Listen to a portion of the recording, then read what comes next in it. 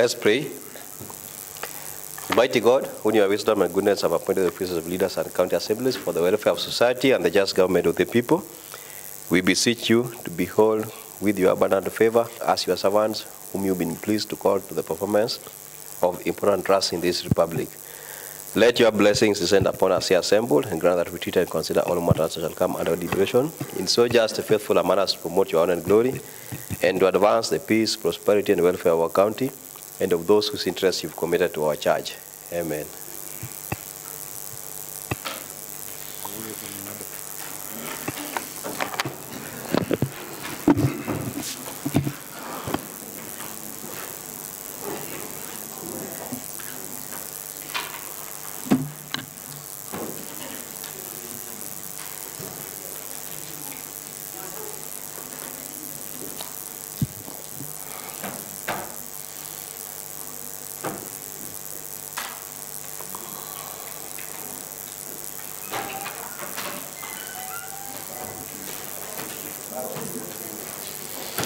Clerk, take us through the order of the day.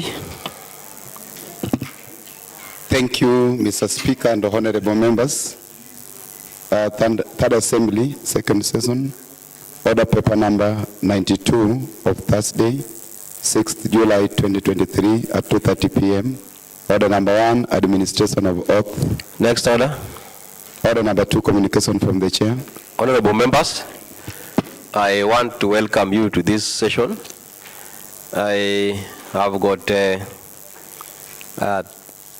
communications to make. Number 1, you are reminded with by the sports committee on the trainings in line with the forthcoming CASA games. I'm also informed that there are a number of members who have not submitted their interest in different disciplines. The deadline is almost there, so please do so that you are not locked out of the discipline that you want to join. Number 2, today I met a team from Agricultural Shows of Kenya who are planning to start their yearly exhibitions from the date of 26th July 2023, and I was informed that it's important that I inform the members of the same. As an assembly, we will be meeting with the clerk to give a way forward on whether we shall have a stand or not, depending on the availability of funds and the agreement with the show. But it's important to note the same. Lastly, I have a report here of pending reports, statements, motions, bills as at Thursday, 6 July 2023, with different committees, which I think have also been handled in the last on committee. So PICPAC, Honorable Kennedy Ouko, as the chairperson. There are these reports. Report on the constitution of the Kisumu County Revenue Fund quarterly report and financial statement for the period ended 31st March 2023, which the due date is 1st of June 2023, so it's overdue. The report, the date that the report was requested is 11th of May 2023. Number 2 on PICPAC is the report on consideration of the Auditor General's report on Kisumu Water and Sanitation Company financial year ended 30th June 2021. The last date was 7th of June 2023. Number 3 is report on the consideration of the Auditor General's report on Kisumu County Trade Fund financial year ended 30th June 2021. And number 4, the report on consideration of the Auditor General's report on the Kisumu County Car Loan and Mortgage Scheme financial year ended 30th June 2021. Number 5, report on the consideration of the Auditor General's report for Kisumu County Education Fund financial year 30th June 2021. Number 6, report on the consideration of the Auditor General's report on Kisumu County COVID-19 Emergency Response Fund financial year 30th June 2022. Number 7, report on the consideration of the Auditor General's report on the Kisumu County Car Loan and Mortgage Scheme financial year ended 30th June 2022. Number 8, report on the consideration of the Auditor General's report on Kisumu County Executive of Kisumu Auditor General's report on the County Executive of Kisumu for the year ended 30th June 2022. And lastly, number 9, report on consideration on Auditor General's report on the Kisumu County Revenue Fund for the year ended 30th June 2022. Those are a total of 9 reports with the committee of Pick Pack. And I think the last date for all the reports could have been 14th of June 2023. The Committee of Health, Housing and Sanitation, headed by Honorable Vincent Jagongwa, chairperson. You have one pending report on the status of referral hospitals within the county. It is in progress. Going by the dates, is due on 8th of August 2023. So it's still on progress. Number 3 is planning, industrial and ICT, Honorable Ratib Boyton. Number 1, there's a statement on the representative of the County in Lands Control Board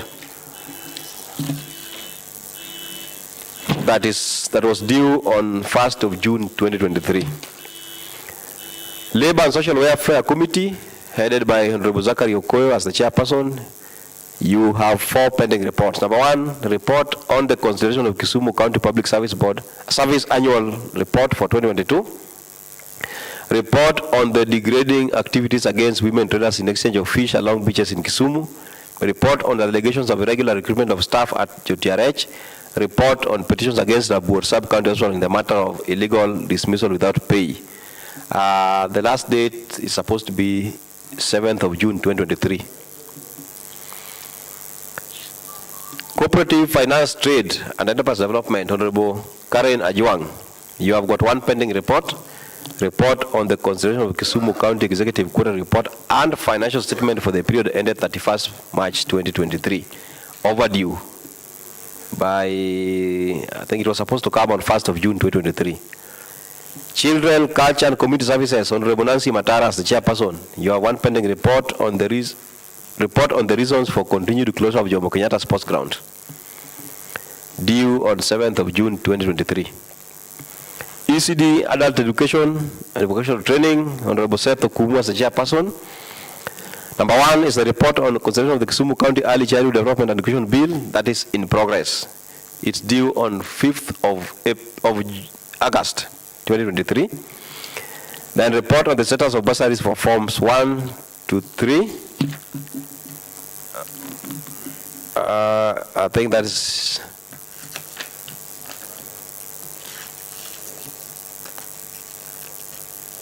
I think currently that is the only one pending report. The pending report is report on the consideration of the Kisumu County Early Childhood Development and Education Bill. Water, Environment and Natural Resources, Honorable Samuel Day, the chairperson. 2 reports pending. Number 1, response on statement sought by Honorable Kennedy Ooko regarding stormwater management and general environment cleanliness of Ahero Town, and the response statement sought by Honorable Lumumba regarding lack of cleanliness and hygienic condition in Sondu and Nyabondo Market in Southeast Nyakach.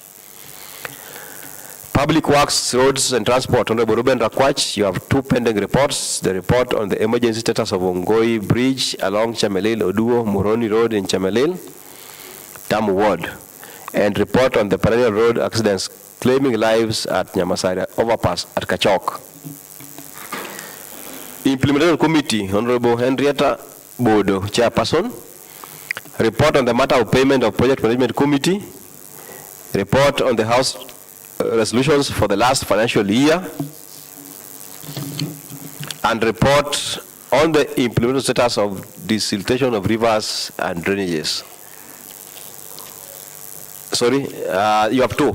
You have 2 pending reports. That's a report on the matter of payment of Project Management Committee, and number 2, report on the House resolution for the financial year. Then administration of law, justice, consular affairs, and good governance. You have 1 pending report. That's on the petition by residents against the Kisumu County lands adjudicating officers in the matter of Nyamtoi lands.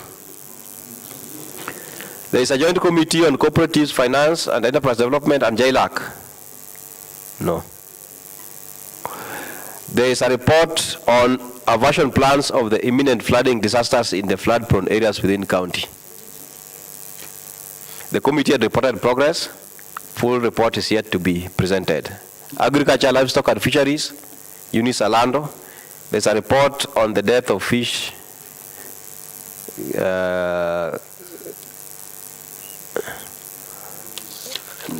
That should be a wrong statement.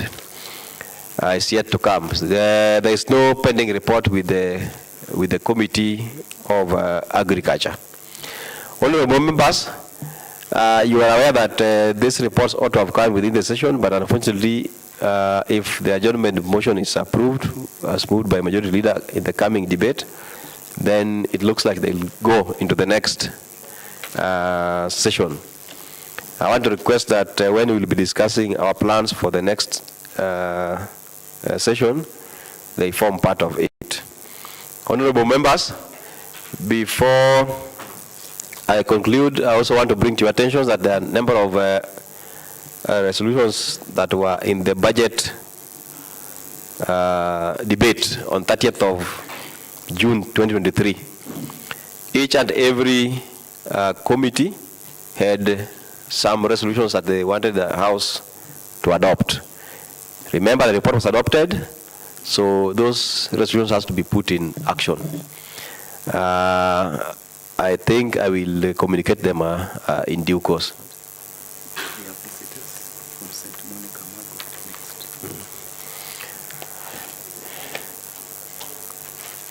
Honorable members, I think I have the report. Resolutions proposed by the Budget and Appropriation Committee and adopted by the House during the special sitting of Friday, 30th June, while considering the report of the Budget Committee on the proposed Kisumu County Budget Estimate financial year 2023-2024. Committees are therefore called upon to follow up these resolutions to ensure their implementations are as listed. Number one, there was the resolution to conduct revenue survey or revenue enhancement plan to capture all revenue streams and areas within the county and present the same to the House in writing. Budget and Appropriation Committee, please follow up on that.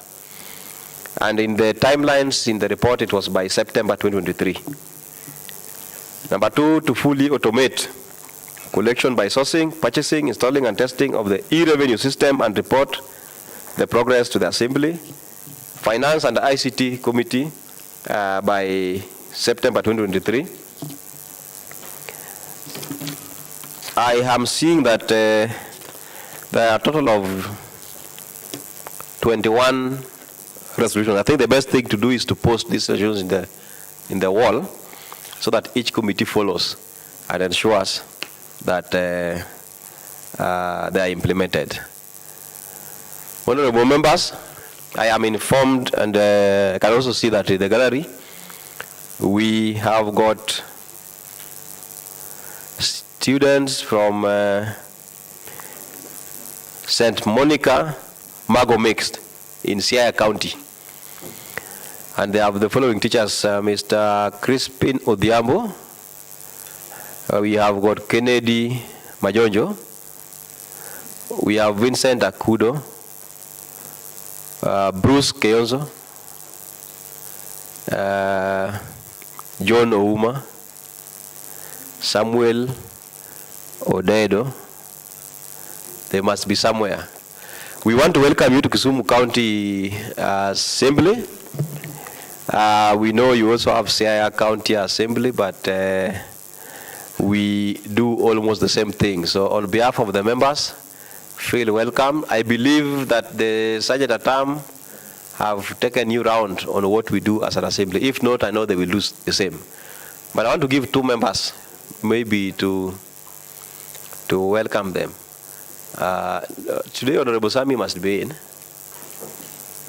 Honorable Sami. Honorable Sami, these are students from Siaya. Thank you, Mr. Speaker. Mr. Speaker, on behalf of Kisumu County Assembly, I myself am from Game, somewhere called Ngia, but I'm MCA within the city. So all the students, the staff, the teachers from the state school. What's the name of the school again? St. Monica Mago. St. Monica. Feel most welcome. Thank you, Mr. Speaker. Thank you so much. Let me give a lady, one honorable member, Honorable Abid.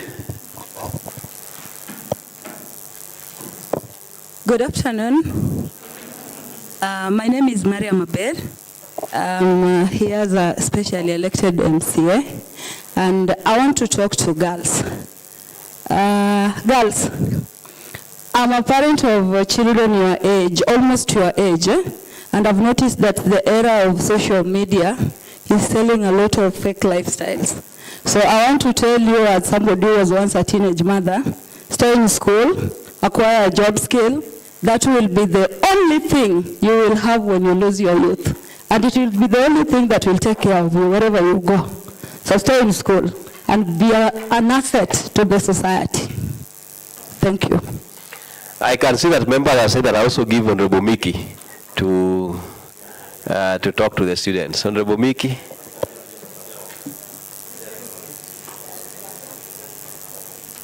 Thank you, Mr. Speaker. This is an ambush. How are you, girls and boys? My name is Honorable Mickey. What is the point of Honorable Sepp? Mr. Speaker, it's the practice of the Assembly that even though the honorable member is addressing the students, but he should channel everything through the Speaker. So that is the order that I feel that the member has broken. Thank you, Mr. Speaker. Honorable Mickey, I believe you stand guided. Mr. Speaker, much obliged. So boys and girls, Mr. Speaker, I really don't think there's much I want to say that hasn't been said. I've just gotten in. So what I can say is stay in school, study hard, and you'll achieve whatever it is that you want to achieve. What I know from experience, Mr. Speaker, is that the only difference between you and the person you admire the most is in between the books. So stay with your books. Thank you very much, Mr. Speaker. I know I'll not do justice if I don't give Honorable God to...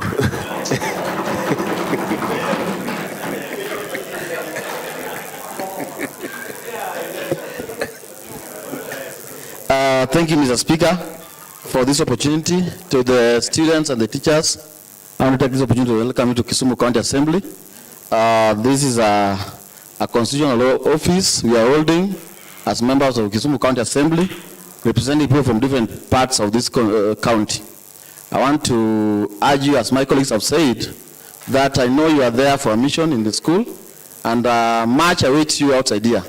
So the better you do your part today, so that you make a better tomorrow.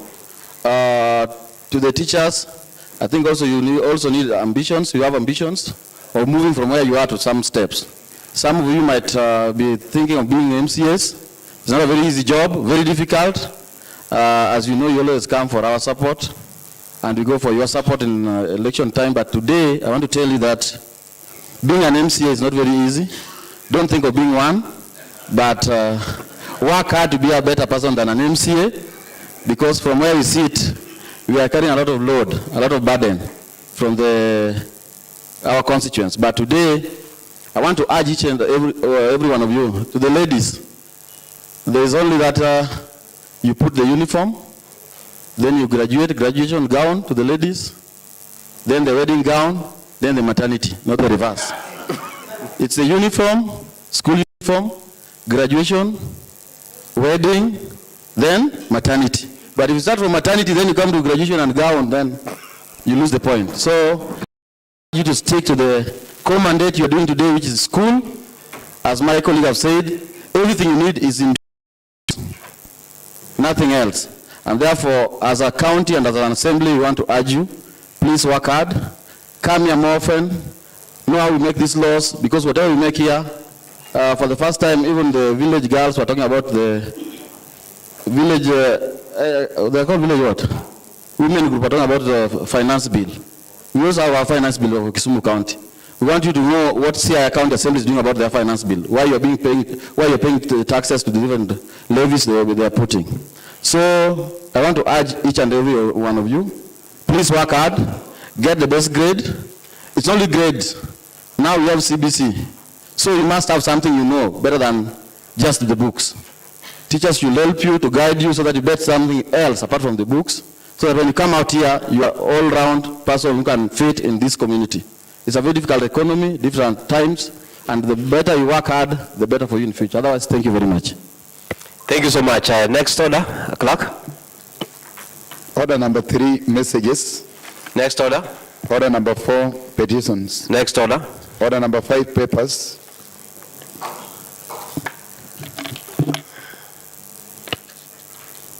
Next order.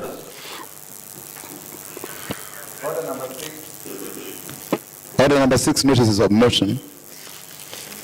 Next order. Order number 7, statements. Settlement time. Honorable James Were, and B. Thank you, Mr. Speaker. Mr. Speaker, I have 3 statements to make. And Mr. Speaker, the first statement goes to the chairperson. Order, honorable members, what is it? Honorable Were, what is happening? What is it, Honorable Were? There is a hippopotamus in the house.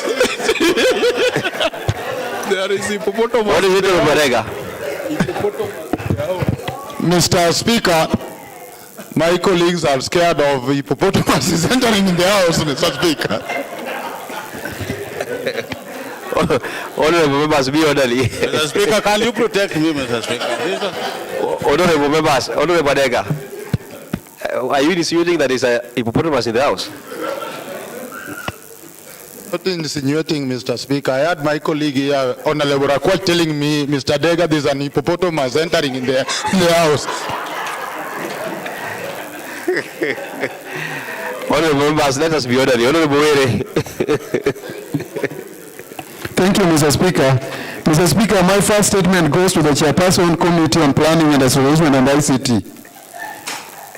Mr. Speaker, I rise understanding order number 41, 2B, to seek statement from the chairperson, Committee on Planning, Industrialization and ICT regarding the status of implementation of a project, desiltation of rivers and drainages.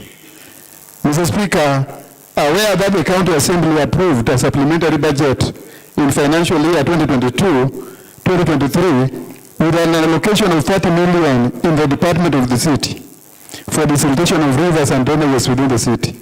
Mr. Speaker, I humbly request the Chairperson Committee on Planning and Resolution and ICT to provide statement before the House as follows. A comprehensive status of implementation of the above project within the city. Mr. Speaker, my second statement goes to the Chairperson Committee on Agriculture, Livestock and Fisheries regarding the death of fish in the cages along Dunga Beach. Mr. Speaker, aware that about 2 months ago, there was a calamity which led to the death of fish reared in cages along Dunga Beach in Lake Victoria, resulting to the losses in millions to the farmers.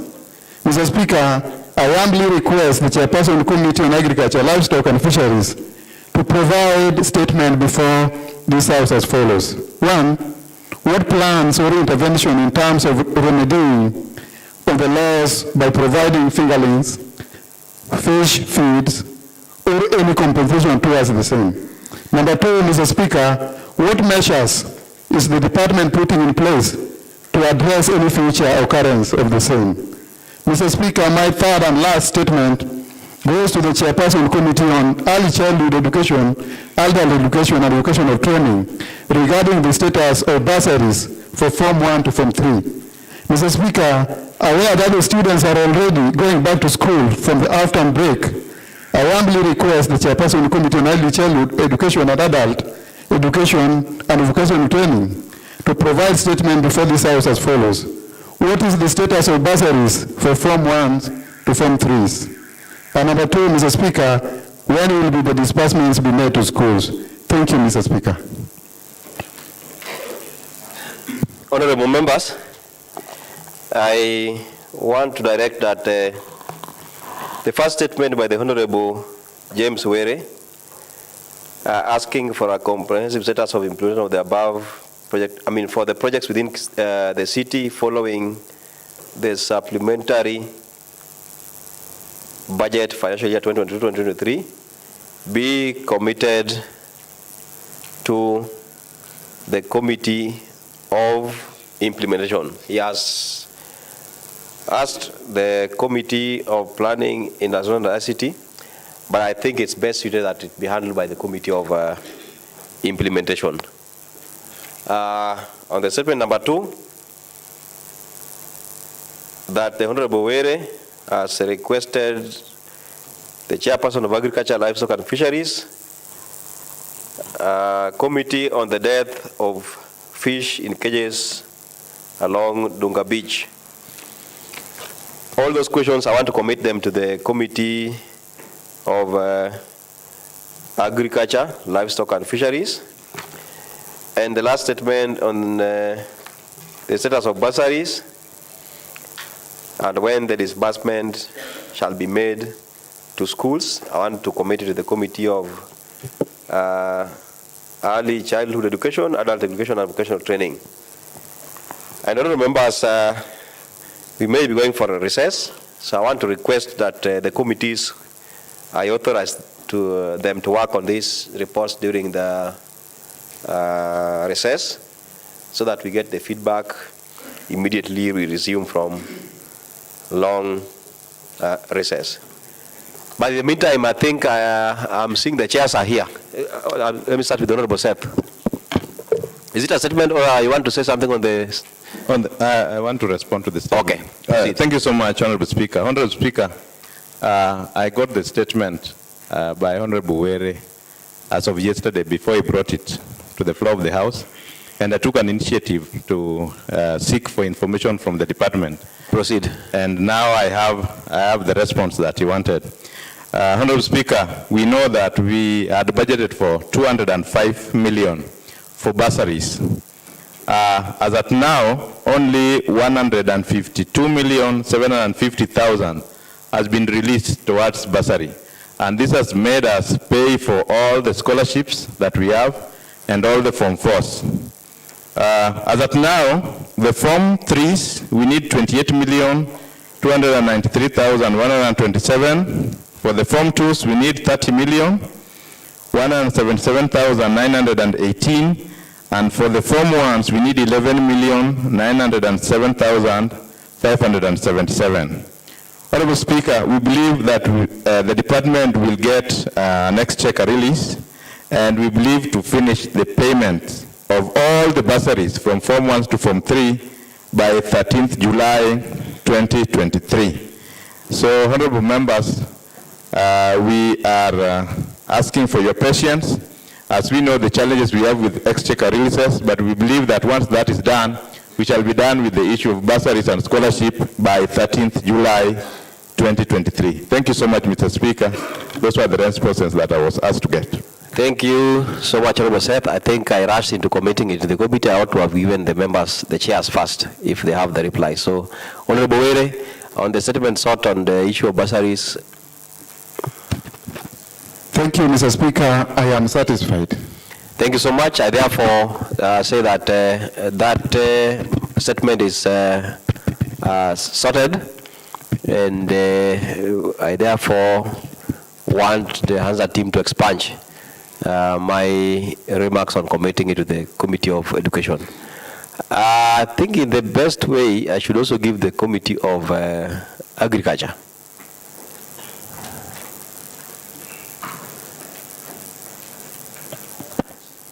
Thank you, Mr. Speaker.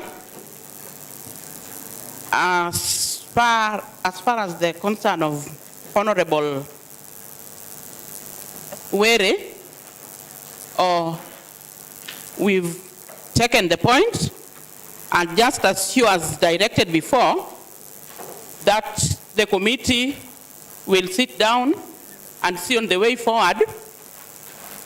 I want to confirm to this House that for the time that we are given, we'll sit with the committee members and last with the executive and see on the way forward of those fish that are dying in the lake. Thank you. I think the statement remains committed to the Committee of Agriculture. For the one on financial year 2022-2023 supplementary budget, Honorable Henrietta Bodo, as the implementation chair. Do you have reply or it stands committed?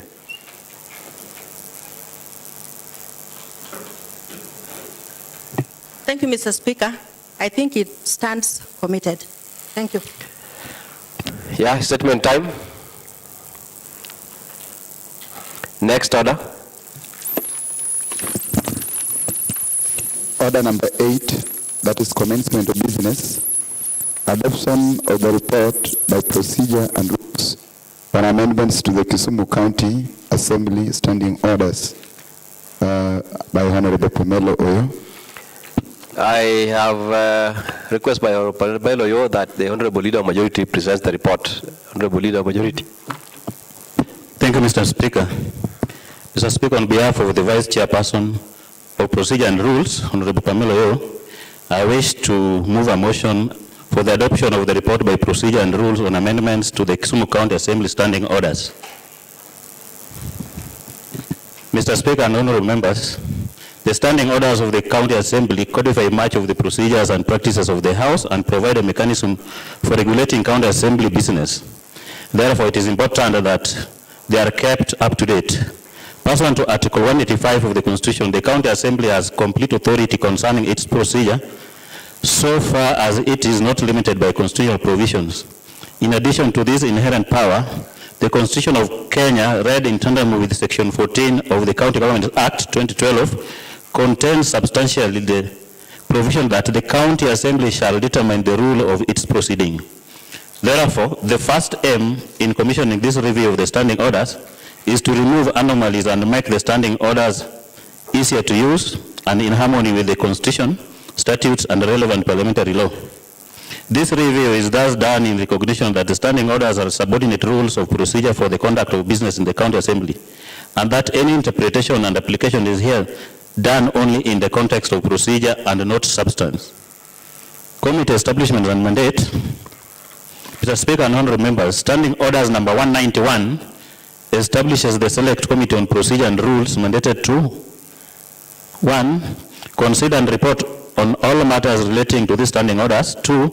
Propose amendments to these standing orders, and any such amendments shall, upon approval by the County Assembly, take effect at the time appointed by the County Assembly. And lastly, may propose rules for the orderly and effective conduct of the committee business, and any such rules shall, upon approval by the County Assembly, continue in force until amended or repealed by the County Assembly. Standing orders number 190 part 4 of the Kisumu County Assembly further provides that the Committee on Procedure and Rules may at any time propose amendments to these standing orders. The Committee on Procedure and Rules is composed of the following honorable members: Honorable Elisha Raro, Chairperson; Honorable Pomelo Oyo, Vice Chairperson; Honorable Jennifer Bonyo, Member; Honorable Nereo Kombo, Member; Honorable Kennedy Oroko, Member; Honorable Seth Kanga, Member; Honorable Ken Ouko, Member; Honorable Seth Okumu, Member; Honorable Karen Odhiambo, Member; Honorable Miloginga, Member; Honorable Bill Oliver, Member; Honorable Kennedy Ajuang, Member. Secretariat, we have Annabel Wabuge, Senior Clerk Assistant; Alan Otieno, Committee Clerk; Fanuel Okode, Hansard; Abraham Odegi, Sergeant at Arm. Mr. Speaker and honorable members, the committee wishes to extend its gratitude to the Office of the Speaker and Clerk of the Kisumu County Assembly for the logistical and technical support accorded to it in the entire time of making of this report. Finally, may I express utmost appreciation to the committee members of the Procedure and Rules Committee, and the technical team who played an invaluable role in the preparation and production of this report. It is my pleasure to report that the committee has completed its analysis and has the honor to present before this House its report on the proposed amendments to the Kisumu County Assembly standing orders, with a recommendation that this honorable House passes it with the herein proposed amendments. Mr. Speaker and honorable members, the standing orders is established in accordance with the law and in pursuit of a legitimate aim. This does not merely require that the standing order should have a basis in domestic law, but also refers to the quality of the order in question. In particular, the order must be sufficiently clear in its terms and afford a measure of procedural protection against arbitrary application. The following statutory provisions, therefore, guided the committee in its review.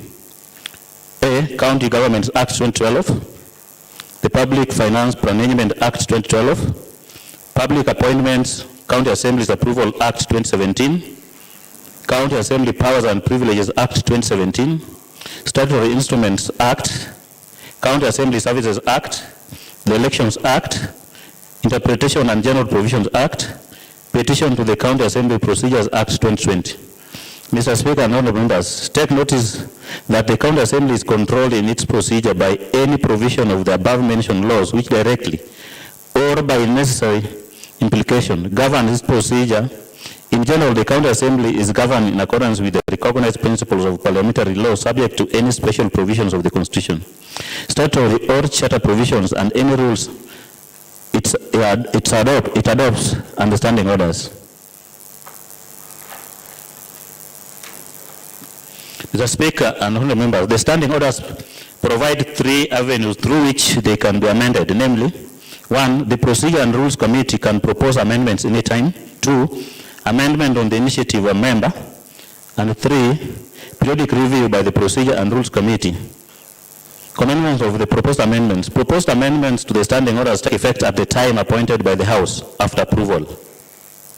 Mr. Speaker and honorable members, the Speaker issued a communication to the Procedure and Rules Committee notifying it to initiate a review process of the standing orders. The committee was to propose amendments and or review on areas such as 1, the substituting committee system focusing on areas such as size, composition, operations, effectiveness and efficiency of our committees. 2, areas of improvement in the general legislative oversight focusing on any aspects or areas that may not have received due attention, including but not limited to oversight mechanism. 3, establishment of the Bunge Mashinani.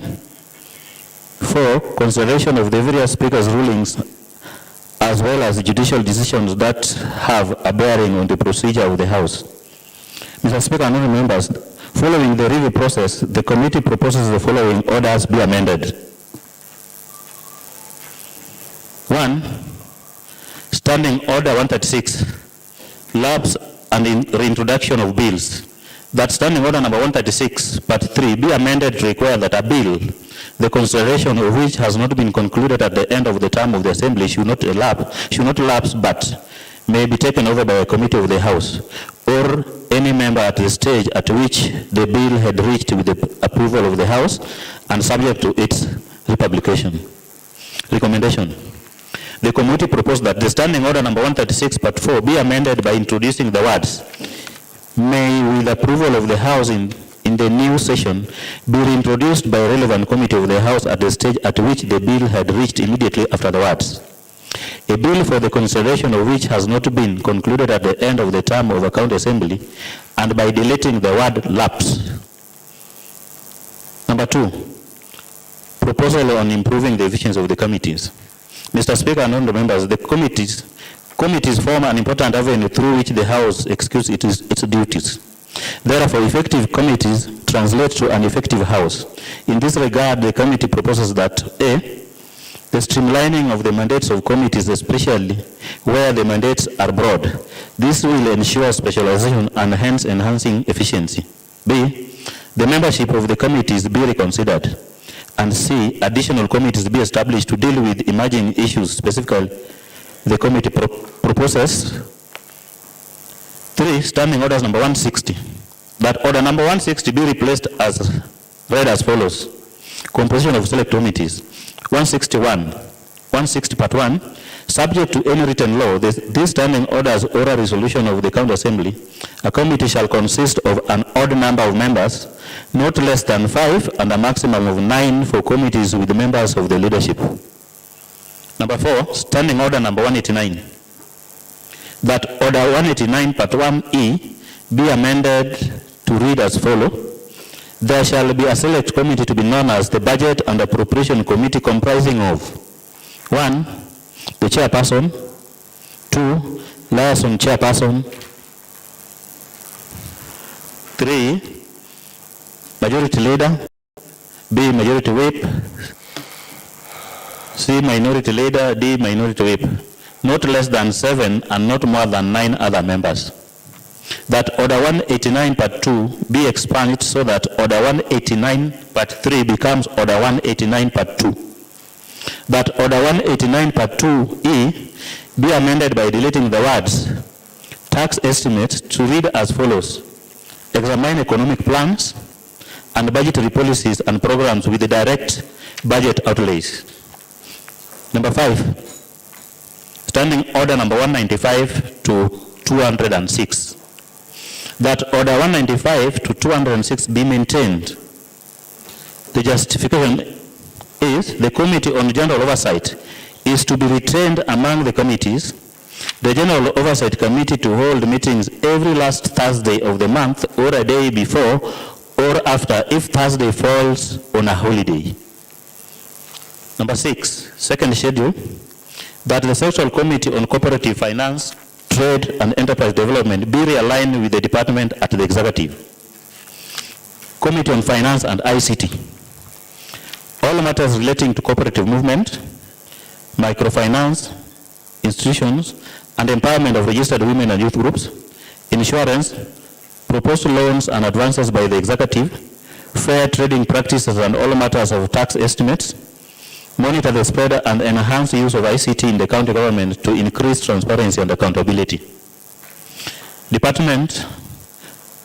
Another department that is Finance, Economic Planning and ICT. Committee on Trade, Tourism, Industry and Marketing. All matters relating to industrialization, trade development and regulations including markets, trade licenses, that is excluding regulation of profession, fair trading practices, local tourism, county parks, beaches, recreation facilities, wildlife conservation and preservation of old buildings like churches, schools, government offices and other buildings.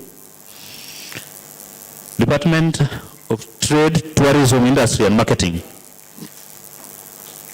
That second schedule be amended by including the words and all matters of tax estimates at the end of the paragraph against finance and ICT to read as follows: all matters relating to finance, financial statements, insurance, proposed loans and advances by the Executive, trade development and regulations including markets, trade licenses excluding regulation of professions, fair trading practices and all matters of tax estimates. That the Sectoral Committee on the Administration of Law, Justice, Constitutional Affairs, Good Governance and Security should be retained and its mandate to include all matters related to county public service, county administration and governance, referendum, issues of integrity, conflict of interest, enforcement services and coordinating the participation of the people in the governance and county security. Department of Public Service, County Administration and Participatory Development. That sectoral committee be properly aligned to their respective departments in accordance to the changes made on the various departments to read as follows. Second schedule sectoral committees. Standing Order number 193, subject area, that the sectoral committees shall align to the county government departments of the day. So the alignment is 1, agriculture, fisheries, livestock development and irrigation. That will be dealing with all matters relating to agriculture and irrigation including crop and animal husbandry, livestock sale yards, county abattoirs, plant and animal disease control, veterinary services, excluding regulation of the profession, and fisheries, animal control and welfare, including licensing of dogs and facilities for their accommodation, care and burial of animals. Medical services, public health and sanitation department, that will be dealing with all matters relating to county health services, including in particular county health facilities and pharmacies, ambulance services, promotion of primary health care, licensing and control of undertakings that sell food to the public, cemeteries, funeral parlors, and crematorium, and refuse removal, refuse dumps, and solid waste disposal and sanitation. Department number 3, sports, culture, gender, and youth affairs. That's the third committee that will be dealing with all matters relating to energy. Sorry. That is sports, culture, gender, and youth affairs. All matters relating to sports, cultural activities, local heritage, and gender issues. Public entertainment, including cinemas, video shows, and hiring, control of drugs and pornography, national youth service, and youth affairs. The fourth one, infrastructure, energy, and public works. We'll be dealing with all matters relating to energy, county transport, that include county roads, street lighting, traffic and parking, public road transport, and ferries and harbors, excluding the regulation of international and national shipping and matters relating thereto. County public works and services, including stormwater management systems in build-up areas, firefighting services, and disaster management. The next one is lands, housing, physical planning, and urban development.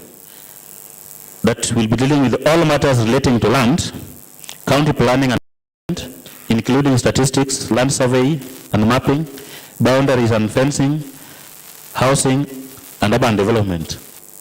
The next one is education, technical training, innovation, and social services. We'll be dealing with all matters relating to pre-primary education, adult education, village polytechnics, craft centers, and childcare facilities, public amenities, and innovation.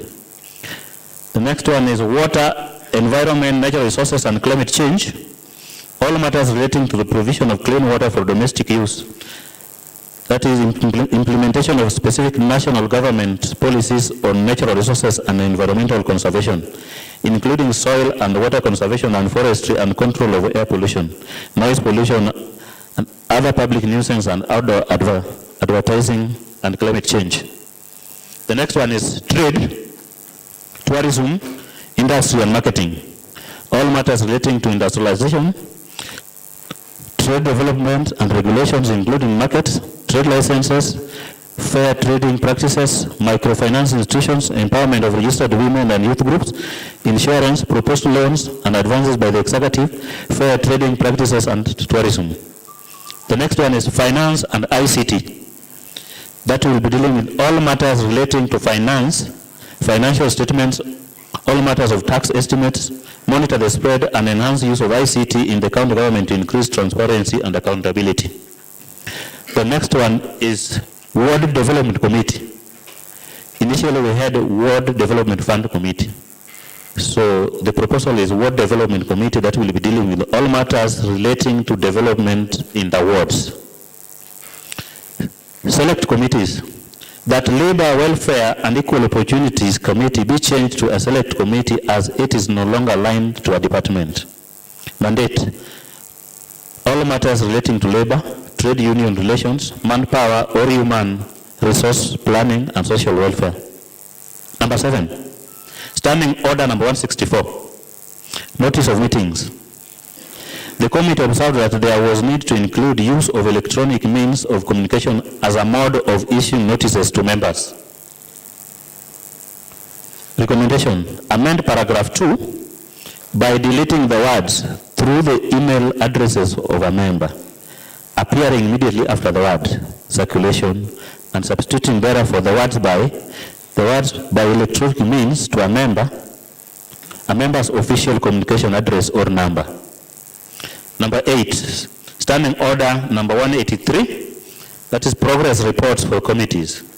The committee proposes that the half-year report by committees on their activities be revised to quarterly.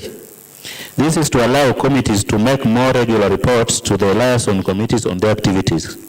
Recommendation, amend Standing Orders number 183 part 1 by deleting the words half-yearly, appearing immediately after the word submit, and substituting therefore the word quarterly. Number 9, Standing Order number 183A, that is exit reports. The committee notes that there is need to provide for continuity on the functions of committees on matters under their mandate. It would be important for succeeding committee to be appraised of key achievements by preceding committee and also of any pending matters of concern. Recommendation: amend by introducing a new paragraph 183 part 3 as follows. 183 part 3. The chairperson of committees shall table an exit report to the assembly at the expiry of its term.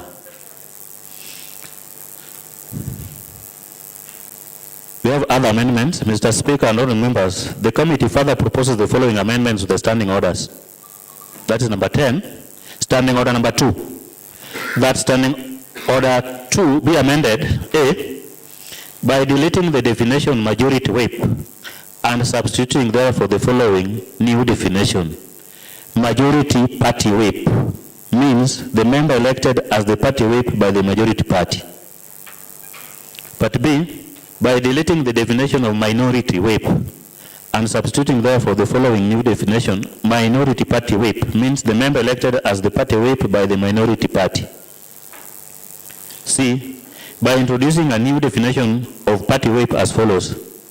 Party whip means a member designated by a parliamentary party as its party whip for the purposes of transaction of the business in the House, and includes the whip of the majority party and the whip of the minority party.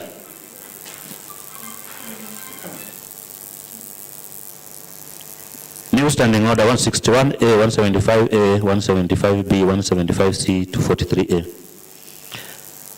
Standing order number 61A, that a new order number 61A be introduced to include procedure for removal of a member of the County Assembly Service Board appointed from the members of the County Assembly to read as follows. A, 61A. Procedure for removal of a member of the County Assembly Service Board appointed under Section 12, Part 3C of the County Governments Act number 17 of 2012. 1. Such a member on grounds provided for in Section 10, Part 1 of the County Assembly Service Act number 24 of 2017 may be removed from the office by the political party which nominated him or her, and through a resolution supported by a simple majority of the members. B. A vacancy occasioned by one above shall be filled within 21 days of vacancy. 12, number 12, that is standing order number 61B. That a new order number 61B be introduced to include procedure for removal of deputy speaker to read as follows. That is 61B, procedure for removal of deputy speaker. Adopt that of the speaker with the necessary amendments, i.e. simple majority. 1. Standing order 176, vote of no confidence in the chairperson or vice chairperson shall apply with the necessary modifications to the removal of the deputy speaker. 2. A vacancy occasioned by one above shall be filled within 21 days of vacancy. Item number 13, standing order number 242A. That a new order number 242A be introduced after renumbering to include Bunge Mashinani to read as follows. Bunge Mashinani 243. The Assembly, in the spirit of promoting public outreach, may from time to time, as necessary, hold its plenary sittings at ward level, and all the provisions of parts 7, 15, 16, 17, 18, 19 of the standing orders and any other related provisions of this standing order and other related laws shall apply. Item number 14, standing order number 13, part 1. That a new order number 13A be introduced as follows. 13, election of the deputy speaker. 2. As soon as practicable after the election of a speaker following a general election, a deputy speaker shall be elected by the County Assembly as per Article 176 of the Constitution of Kenya 2010. Item number 15, standing order number 23. That order number 23, part 1, be refreshed to read as follows. Address by the Senator, visiting dignitaries or members of National Assembly. That is 23, part 1. The Speaker may, in consultation with the leader of the majority party and the leader of the minority party, allow the senator of a county, a visiting governor, member of the National Assembly, or any other such visiting dignitary to address the County Assembly on such occasions as may be appropriate. Item number 16, Standing Order number 113, Part 6. That Order number 113, Part 6 be refreshed to read as follows. A bill shall be signed by the member in charge of it and laid on the table of the County Assembly and introduced by way of first reading in accordance with the Standing Order 122. That is first reading of bills. Justification is tabling and laying of bills initially not provided for and ought to come at introduction of bills. Item number 17, Standing Order number 50J. That Order number 50J be amended by deleting 230 and replacing therefore with 237 to read as follows. Motion made under Standing Order 237. Exemption of business from standing orders. Justification, wrong order number quoted. Item number 18, Standing Order number 193, Part 6. That Order number 193, Part 6 be rephrased to read as follows. Each sectoral committee shall comprise a chairperson and 6 other members. Item number 19, Standing Order number 225, Part 3. That Order number 225, Part 3 be expunged. Justification, the item referred to herein, that is procedure in Committee of Supply, does not exist anywhere within the standing orders. Item number 20, Standing Order number 237, Part 2. That Order number 237, Part 2 be amended by deleting 207 and replacing therefore with 220 to read as follows. No motion for the exemption of business from the standing orders shall be made to exempt any business from Standing Order number 119, that's publication. Standing Order 120, not more than one stage of a bill to be taken at the same sitting. Or Standing Order 220, restriction with regard to certain financial measures. Justification, wrong order number quoted. Item number 21, that is Standing Order number 244, Part 6. That Order number 244, Part 6 be amended by deleting 129 and replacing therefore with 131 to read as follows. Standing Order 131, procedure on bills reported from Committee of the Whole County Assembly, shall apply to a motion to approve the report of the County Assembly Procedure and Rules Committee on the amendments proposed to the standing orders. Justification, wrong order number quoted. In conclusion, Mr. Speaker and honorable members, in making the recommendations, the committee considered the practice in comparative legislatures such as the National Assembly and the Senate, as well as emerging trends in the conduct of the business of the House during this term of the Assembly. It is hoped that this review of the standing orders will assist the Third Assembly to effectively and efficiently discharge its mandate of legislation, representation, and oversight. Now, therefore, in line with the provisions of Part 20, Roman 28, amendment of the standing orders, the Committee on Procedures and Rules recommends, 1, that pursuant to the provision of Standing Order number 243, Part 5, the House approves the proposed amendments of the standing orders as contained in the first schedule to the report. 2, that pursuant to the provision of Standing Order 265, the House resolves that the amendments made to the standing orders shall commence in the next financial year starting July, that is this financial year. And I wish to call upon Honorable Emily Ogenga to second the adoption of this report. Thank you, Mr. Speaker. Honorable Emily Ogenga. Thank you, Mr. Speaker. Mr. Speaker, first of all, I'd like to commend this committee for the marvelous job they've done. Because we say our house, this house is a house of order. And from the report that we've just been read for, we can actually see an improvement in our current standing orders that will help us discharge our mandate to the people of Kisumu County effectively. One of the key areas that actually attracted me was the Bunge Mashinani. Mr. Speaker, I'd like to appreciate this group for coming up with Bunge Mashinani, because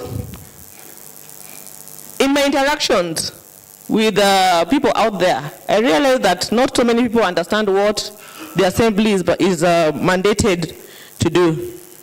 Just recently, I was in a meeting, and I just had somebody asking the MCAs who were in attendance to employ the youth to clean up the drainages.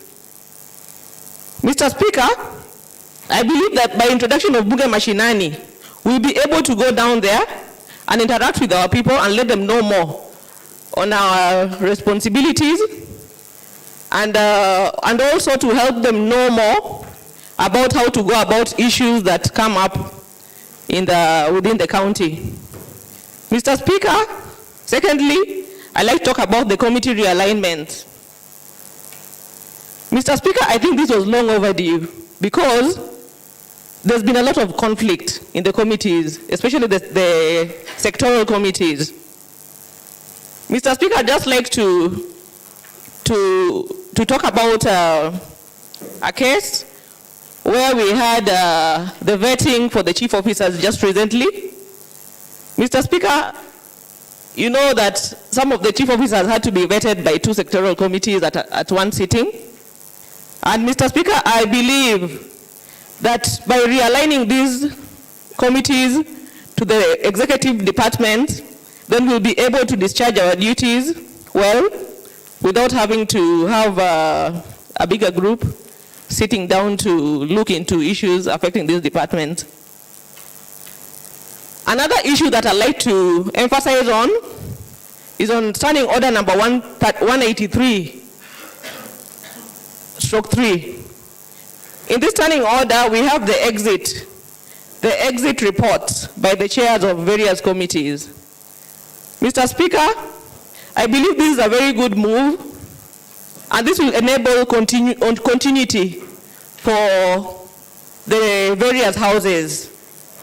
I believe this will help in the next 5 years, just in case the whole group does not come back to the assembly.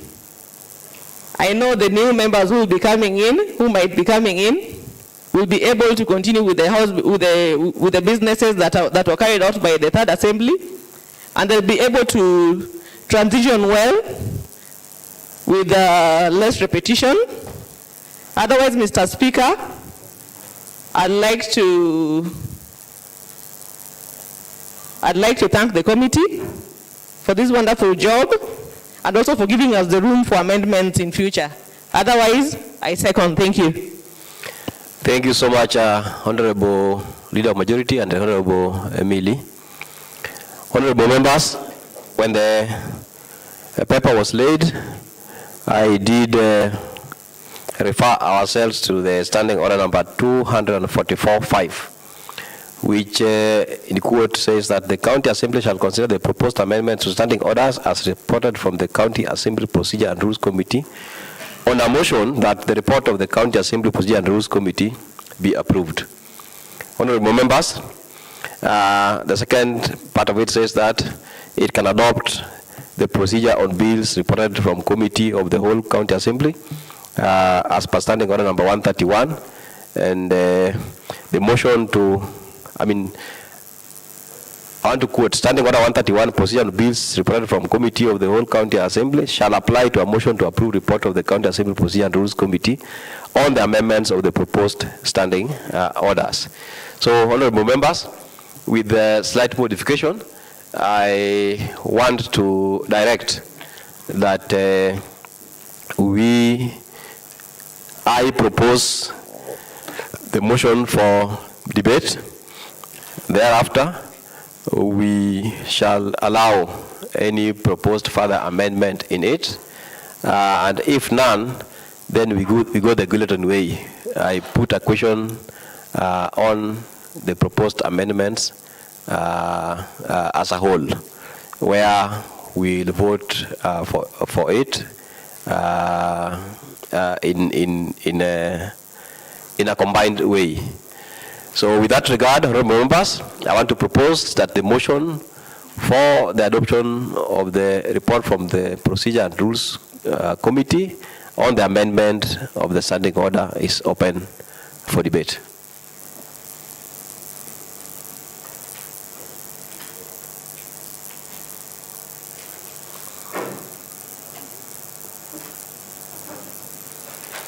Honorable Gado Lima. Thank you, Mr. Speaker.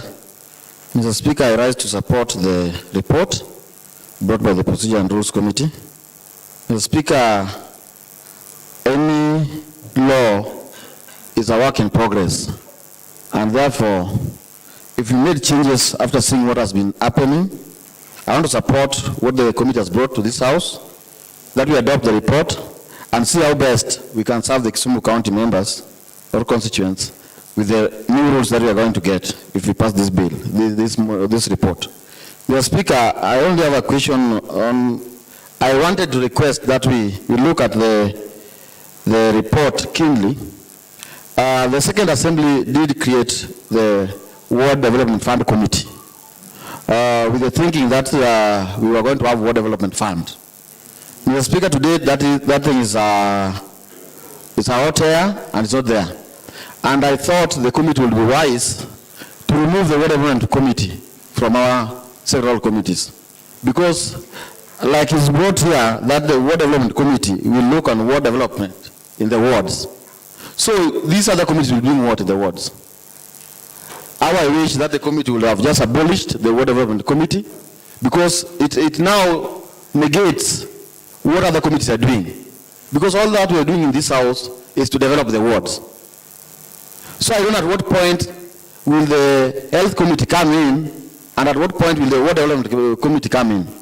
Because if you're doing a road in Southeast Nakach, the department of the Committee of Roads and Public Works will be looking into that.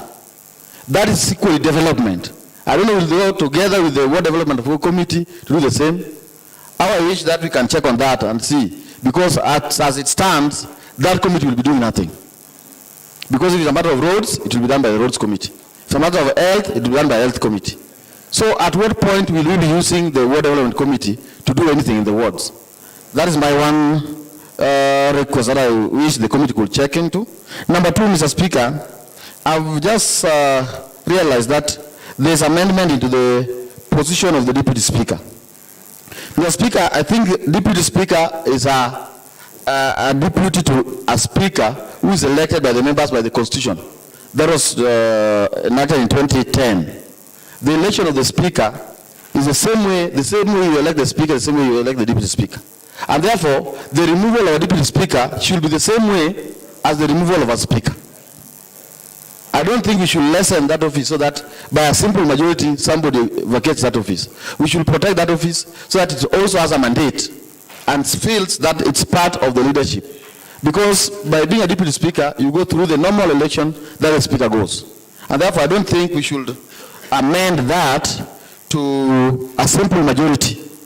Because it's a constitutional office that is held by somebody who is elected by the majority members of this House. So the simple majority in it, I think that is, from my end, I feel it should be abolished. It remains the same way you remove a Speaker, is the same way you remove the Deputy Speaker. Lastly, Mr. Speaker, I would just request that if we adopt this report, and as it has been said that it starts working this financial year, Mr. Speaker, we are going to be in committees.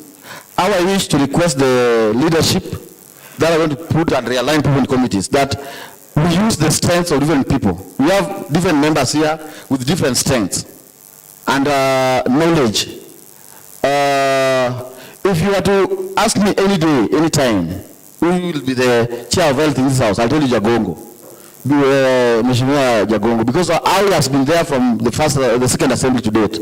How he performs his work in the department, in the Committee of Health.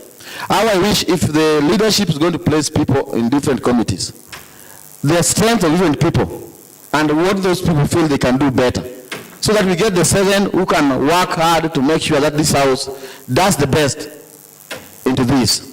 Again, my request, Mr. Speaker, would be to the leadership that as we do all these things, let's please ensure that all the sub-counties are in those committees. So that even if I'm not there, then my brother, my junior, Honorable Peter Lumumba Wade can represent me.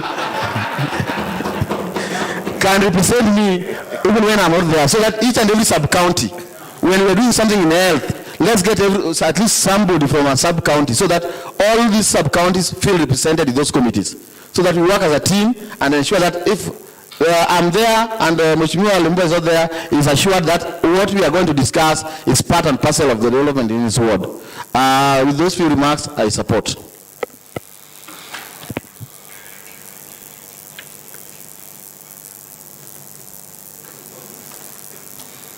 Honorable Tom Nyaoke.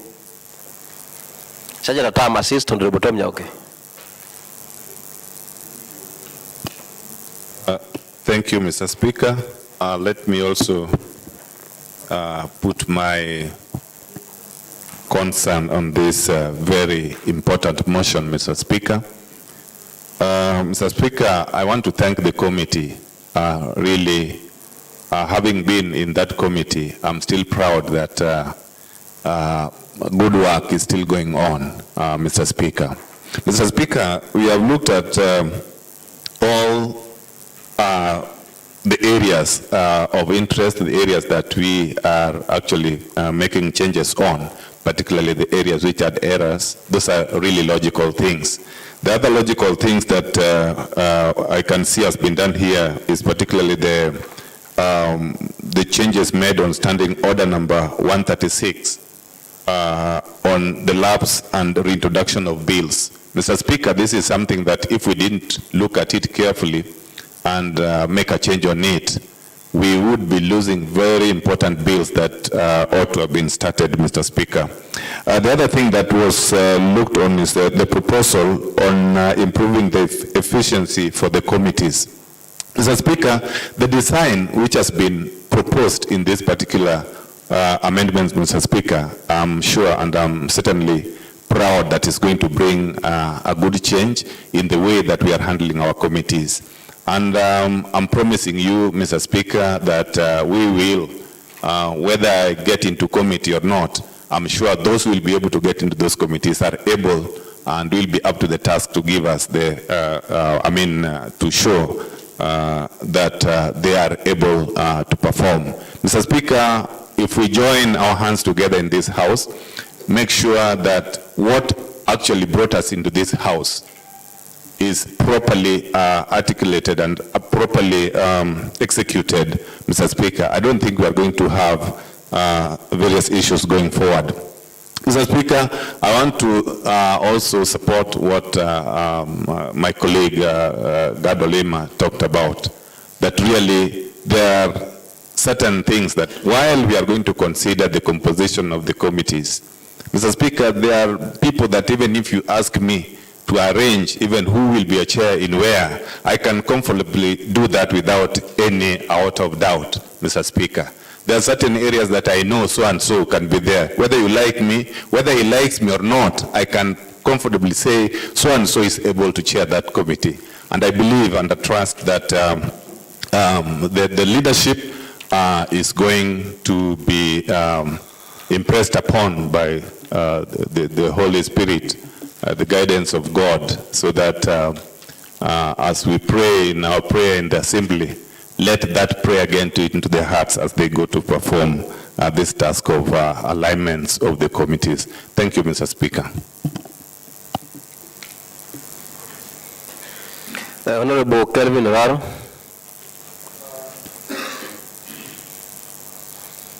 Mr. Speaker, I appreciate this opportunity.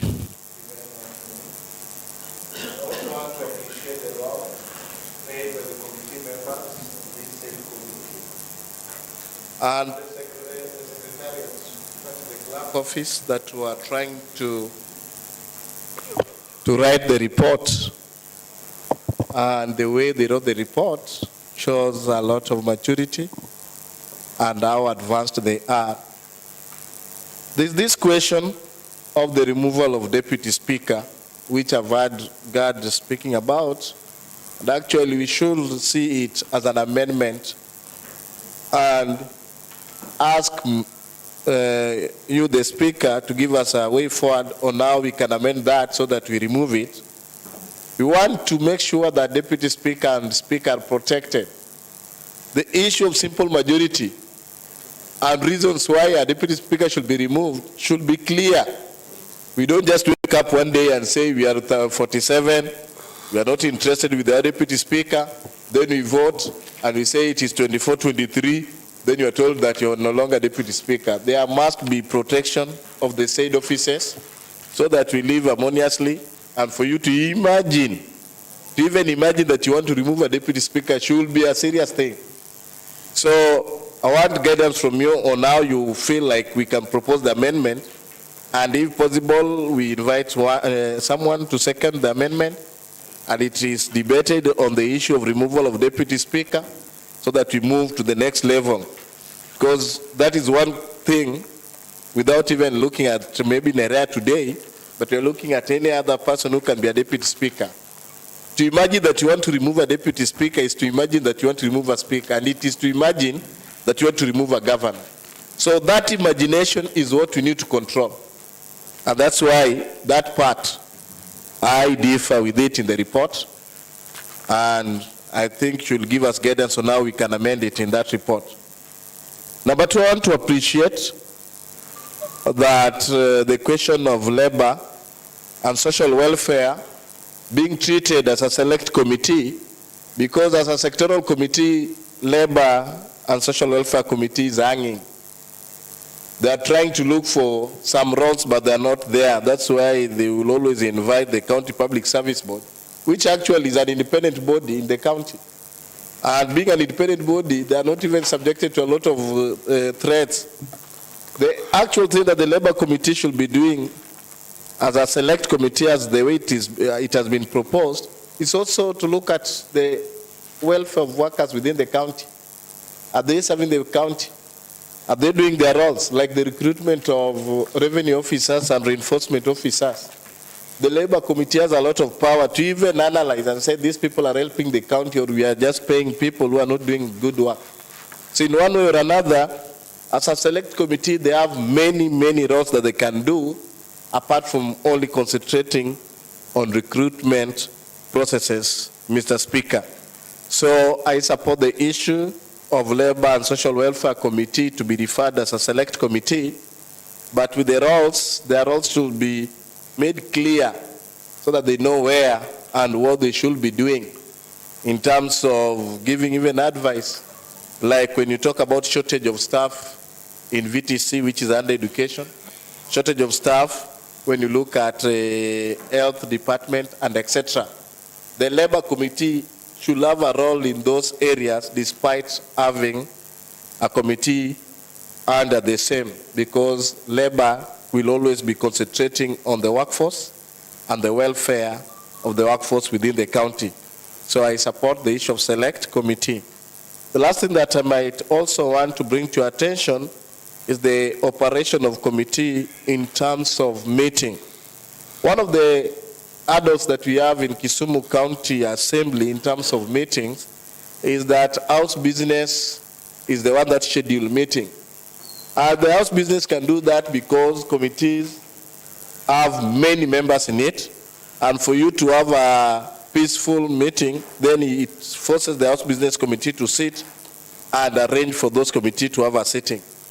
If we can have a situation like what we learned from the Senate, is that a committee chair should have that power to see the essence of having a sitting without actually passing through the House Business Committee. So that with that, a committee can arrange. You are reading some of the committees that have not presented their report. If you dig further why they have not presented their report, Mr. Speaker, you'll not be surprised to hear that most of these committees do not even have time to sit, and even if they sit, there is that collision and members are absent and they cannot proceed.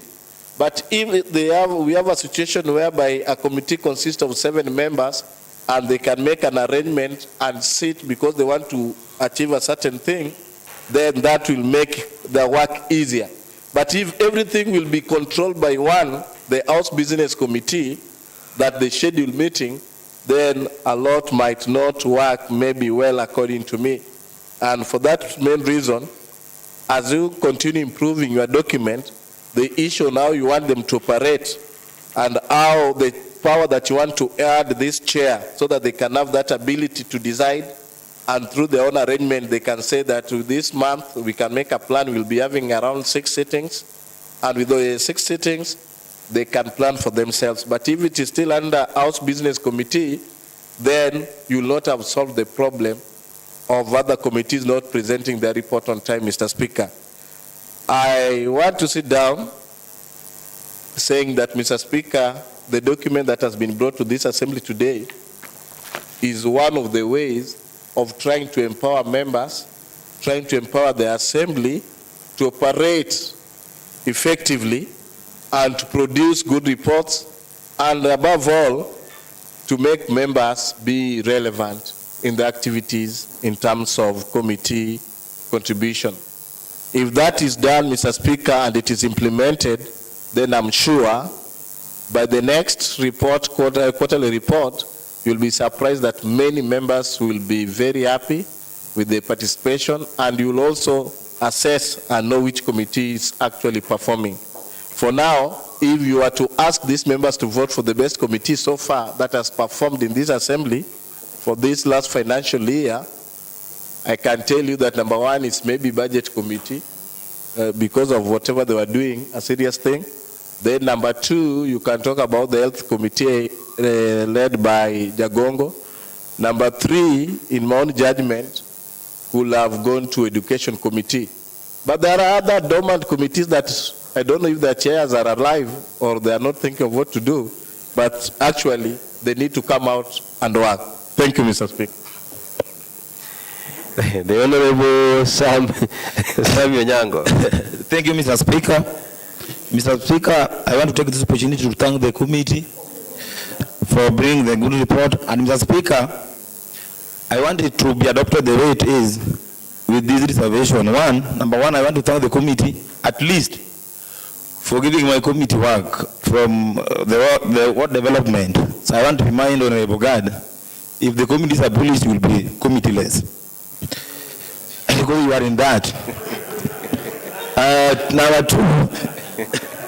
two, Mr. Speaker, I also support the simple majority of order members. You give Honorable Sami to give his contributions. So I want to thank the committee for at least giving us work. So committee's members on World Development Fund, from onwards there will be job. Secondly, I support on the simple majority of removing the deputy speaker. Mr. Speaker, on that, it's not a matter of like targeting someone, but will a matter of bringing order to the deputy speaker to remind her or him that apart from deputy speaker is an MCA. And again, it will also again bring order from the speakership to the deputy that the moment your deputy is impeached, you must also be serious. So to me, I support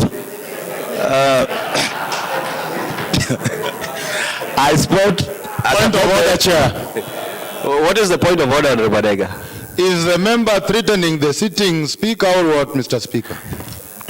Honorable Badega, I think that's out of order because he made his opinion. I don't think he was targeting anybody. Thank you, Mr. Speaker, for protecting me. I know Mr. Dega want to be seen. What I was saying, I was saying that I recommend the committee for bringing the simple majority of removing the deputy speaker. It will be like bringing order.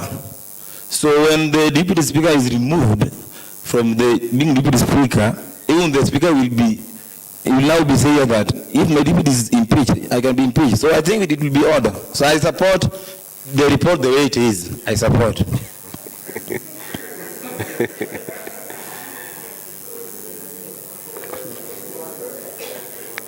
Honorable Ken Ouko. Thank you, Mr. Speaker. I would like to thank the committee for coming up with all these amendments to our standing orders. It is very important that we must align ourselves with actually the requirement.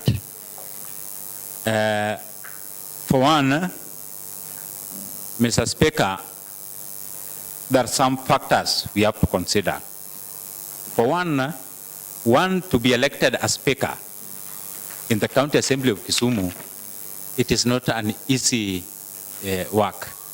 It is not easy for you to get that job. You will have to complain everywhere, you have to campaign everywhere, you have to move everywhere, and it requires a lot of money. And being a deputy speaker, automatically you must be an MCA. You must be elected as an MCA, which means you have a fallback plan if you are impeached. We can't actually equate all these two offices in terms of powers.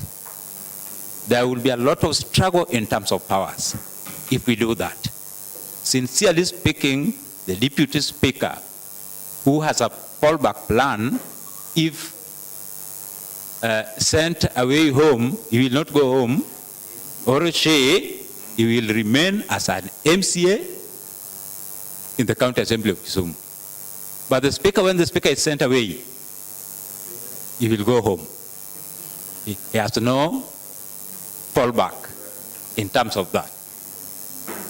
So the speaker, I recommend that the speaker be given an opportunity, as it was actually explained in our standing orders, and the deputy speaker can be removed from the office with a simple majority. That will bring a lot of orders in the House. I beg to support. Thank you. I noticed Honorable Obaso, Peter. Thank you, Mr. Speaker. Let me start by commending the committee for a job well done. Secondly, Mr. Speaker, I want to support this report. First, I'm happy with the alignment of committees. As we've seen before, we've seen confusion a while back, like when Mheshimiwa Farida was here. He was always addressing finance, the committee led by Madam Karen, and the other committee led by Honorable Alice Wajea. And every time we could be there, around 32 members of us in that committee. So I think this is in order, and at least we will have a flow of our job.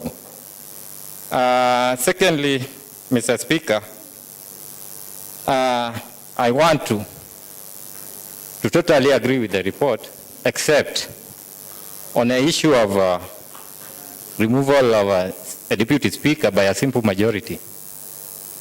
My take is that it should be left as it is, because I think it will lead to scramble of power in this House. I think that's my opinion, Mr. Speaker, though I beg to support. I do not, Honorable Maria Mabed.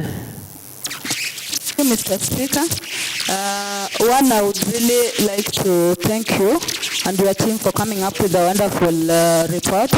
I support 100% what is in that document, and I've realized the issue of impeachment of deputy speaker, hypothetically speaking, is becoming an issue. For me, I believe that if you are put in a position where you feel too comfortable, it also tends to compromise the quality of the service you give. But when you know there are people that I'm indebted to, you tend to perform better. So as Maria Mabed, I support that document 100% the way it is. Honorable, what I need to correct is that the deputy speaker not to be impeached. It is called removal from office. Those who can be impeached is the speaker, the governor, the deputy governor, and the CCs. But for the deputy speaker, it's removal from office. Honorable Ozako Koyo. Thank you, Mr. Speaker, for giving me this opportunity. Mr. Speaker, I rise to support this report. And Mr. Speaker, I want to appreciate what the committee has done, and that is the Committee of Powers and Privileges chaired by you. It's procedure and rules.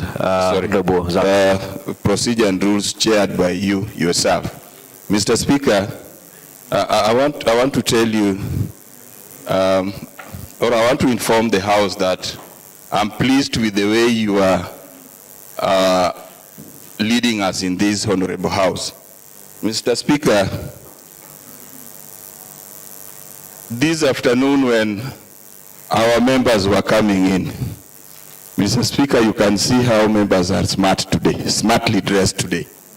And I believe that is the wisdom from you. Mr. Speaker, I want also to remind you, one of your members, when he was approaching the House, almost all the members mistook him for a hippopotamus or an elephant.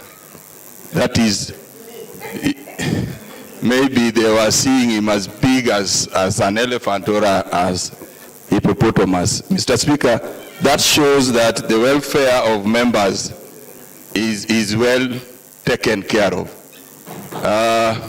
Mr. Speaker, that is a pat on your back. Mr. Speaker, I also want to appreciate this idea of reducing the members of committees to 7 or at most 9.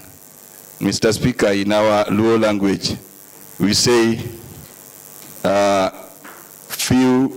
not many rats dig the hole. Is it few rats dig the hole or not many rats dig the hole?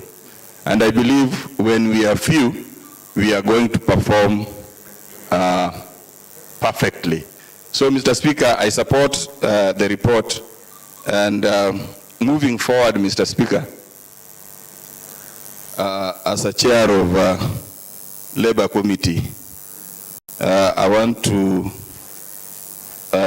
inform the members that the mandates which have been given now will make them also smile, because I believe we will go extra mile to see how, because when they were campaigning, they were promising their electorates jobs. So it's me now to see how you can bring your electorates to work in the county government of Kisumu. Thank you, Mr. Speaker, and may God bless you. Thank you. Honorable Bill. Thank you, Mr. Speaker. I rise to support the document on 2 bases. One, Mr. Speaker, if you look at management, you realize that back in the days, people did many things. But as years go by, there's something called division of labor. And you realize with that, we get to do a lot of research because we are concentrating on one thing. And on that basis, I support the document because you realize that when people are concentrating on a small number of committees, there's a lot that can be done. Because you can't tell me that a member can perform well, optimally, in 15 or 20 committees. I'm using that as an example. I'm not targeting anybody. For good performance, and again, to give Kisumu County a good name, you realize that concentrating in a small number of committees will do a lot of work, will take Kisumu to greater heights. Secondly, Mr. Speaker, another reason I'm supporting the report is because we had some errors, maybe areas that were quoted were not the exact ones. That is normal, and rectifying that, it will help the document to have, to be a good document. Thank you. Honorable Lumumba Owale, the Deputy Leader of Majority. Thank you, Mr. Speaker, for granting me opportunity to contribute on this document. Mr. Speaker, I rise to support the document. But what I would want to tell this Honorable House, that let us not read mischief in this amendment.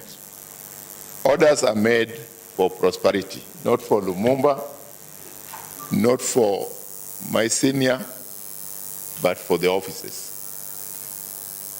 I think why this amendment of Deputy Speaker is coming up is that it's not provided for in the Act. It is not provided for in the standing orders. In the standing orders, you only have the Speaker. Why are you not also not reading mischief in the procedure of removing a member of Public Service Board? It is in the amendment. It is also in the amendment here, providing for the order of removing member of any of his majority, minority. We are not doing this thing to hurt or please anyone. So there is nothing wrong. Kindly accept this thing as a document. This is an omission that might have happened when the standing order was being done. Always, everywhere, there is an exit rule. The Speaker's one is that because he does not have fallback position, if he is impeached, he will go back home. My Deputy Speaker, sorry, I don't want to talk to my Deputy Speaker. Speaker's Deputy's position, if removed, he will remain in the House as a member of County Assembly. So I'm just appealing to you not to read mischief in this thing. We are just trying to make orders, make some order in this standing order. Thank you, Mr. Speaker. I support the report. Honorable Deputy Speaker, Honorable Naraya Kombo. Thank you, Mr. Speaker. Mr. Speaker, I also rise to add my voice to the amendments in the standing orders. Mr. Speaker, I want to support as a member of the committee, but Mr. Speaker, I want to ask or implore on my colleagues that as we look into this report, we look at it subjectively, Mr. Speaker, without any ulterior motives, Mr. Speaker, because as a political, an assembly is a political outfit, Mr. Speaker, where different political interests and other interests may arise, Mr. Speaker. Mr. Speaker, I want to use the example of the recall clause in the Constitution, where the Constitution provides for recalling of an MCA, Mr. Speaker. Mr. Speaker, when you are recalled, your community does not chase you away from that community. You blend back into your community, but then there are measures that are put in place before that recall is effected, Mr. Speaker. And I therefore want this House not to look at an individual when discussing this report, or whichever interest that somebody may have, Mr. Speaker, because offices come and go, but persons come and go, Mr. Speaker, but constitutional offices that are enshrined in the law are there to stay subject to amendment, Mr. Speaker. And I therefore want us to give this office security that befits it, Mr. Speaker. Mr. Speaker, the subject of amending the standing orders is not coming up today. It's been a process, it's been a work, it's been a discussion, Mr. Speaker, and members have had their opinions over this, Mr. Speaker. And because at times some members may not find it easy to throw darts at you, Mr. Speaker, most of those darts were being thrown at Nerea as the Deputy Speaker, Mr. Speaker. And for that reason, Mr. Speaker, if members can look at the report, I'm a member of the committee, but I didn't append my signature, Mr. Speaker. Not that I was opposed to the report, Mr. Speaker, but because I wanted some measures or some further discussions to be undertaken for everyone to be at par or understand the report. And Mr. Speaker, that was done at the Kamukunji today, and I'm glad that those of us who had not actually understood the reason for realigning committees did understand, and that now their darts will not be thrown or directed at the Deputy Speaker's office, Mr. Speaker. And so, Mr. Speaker, it's in order that we put measures into place, that as much as the Deputy Speaker, because Nerea may not be here today, she may be in the National Parliament tomorrow, but there will be somebody, maybe Billy in the office of the Deputy Speaker. But we want to give that office the dignity that it deserves, Mr. Speaker, so that not every single malice, not every political interest can be used to underestimate the office of the Deputy Speaker. So, Mr. Speaker, I want to join my colleagues, Honorable Gad, Honorable, and two other honorables who had talked. But I want to differ that as the House may adopt the simple majority way, Mr. Speaker, but I request that measures be put in place, reasons as to why the Deputy Speaker can be removed from office without just waking up one day that now we have a simple majority, we are removing the Deputy Speaker, Mr. Speaker. That is my submission, and I beg to support. The Honorable Sepa Kumu, then the Honorable Alice Wajao. Thank you so much, Mr. Speaker. Mr. Speaker, I rise to support this report.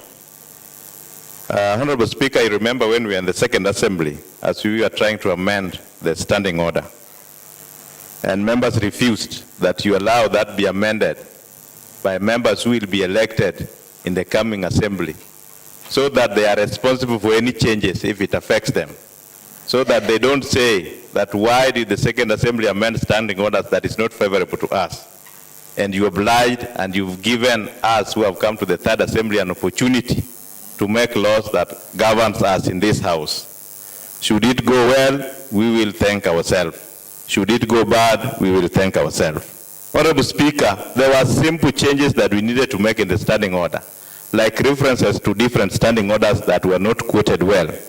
Those were really, really necessary, and that needed no debate for us to pass. Mr. Speaker, I remember when people were talking about welfare, I had even proposed, why don't we have 24 committees? Because we have 48 members, including you.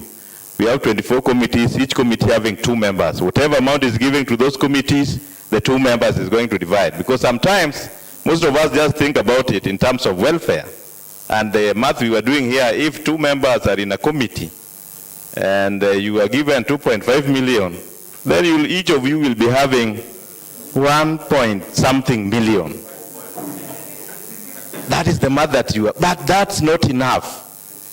Apart from being in a committee, we talk about representation here. And in representation, it has to be a reflective of the numbers that we are having in the assembly. I remember before we came with the 15 number that we were having then in the second assembly, the reasoning was we were 48, we were 49 members, including the speaker, because we were 48. And the quorum of the assembly was 15. So any 15 members would sit in this assembly and make a decision on behalf of the people of Kisumu.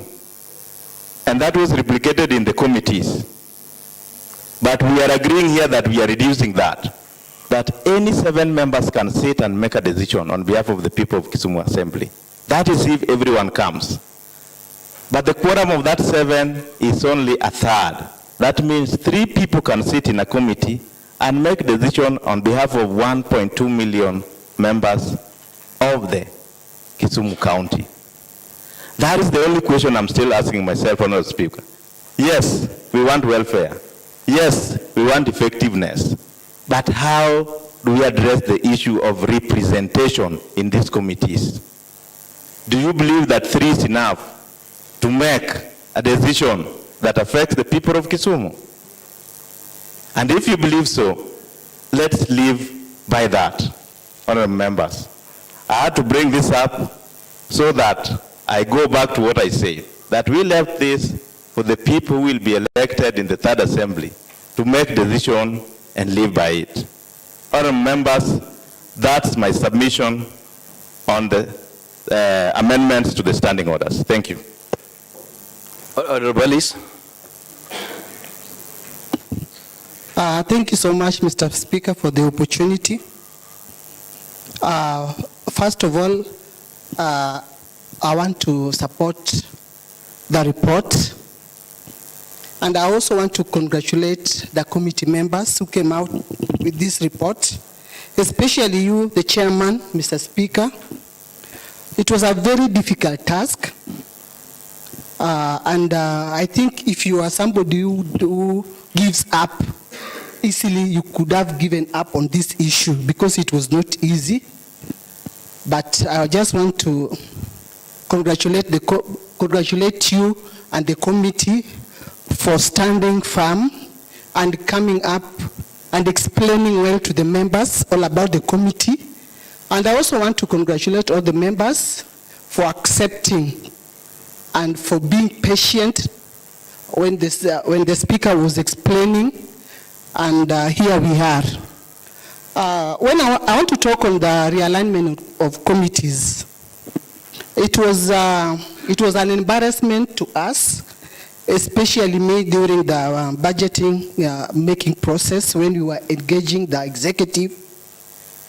There were a lot of confusion when it comes to our work, because our committees were not realigned with their executive.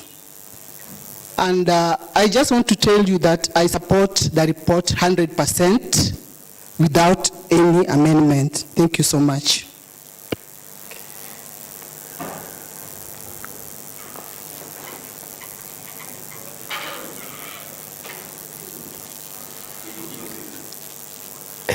The Honorable Dede. Thank you, Mr. Speaker, for according me the opportunity to also echo my sentiment concerning the motion. First of all, I congratulate the whole committee for having worked well for the Assembly. Concerning the realignment of the committees, it has come at the right time, Mr. Speaker, because in the committees where we are, at least we are around 15 members in a committee, yet during the meeting time, we can't even attend the quorum of 5. So if you are 7, at least 3 can sit in a committee and make deliberations. Making the committee to be 7 at least will bring productivity to this house, whereby there has been a time where the allocations were being made of about 2 million per committee. We find that if we are 15 members, we can have 1 sitting, yet we dispense with all the money, and then there is plenty of work to be done with the committee, so that at least if we are 7 in a committee, between 7 to 9, the allocation of 2.1, for instance, we can at least do about 3 activities in a committee. We can do 1, then the rest of the amount, then the remaining members can go and do other activities. For instance, we find that in a committee like implementation committee, it has plenty of the pending works. The reasons being the allocation which was placed for the committee was used once and done with at all. So at least if the committee be reduced to 7, it will work well with us, because if the committee wants the remaining amount, they'll at least come back for the next or second 2 or 3 meetings, so that it's suspended with the money.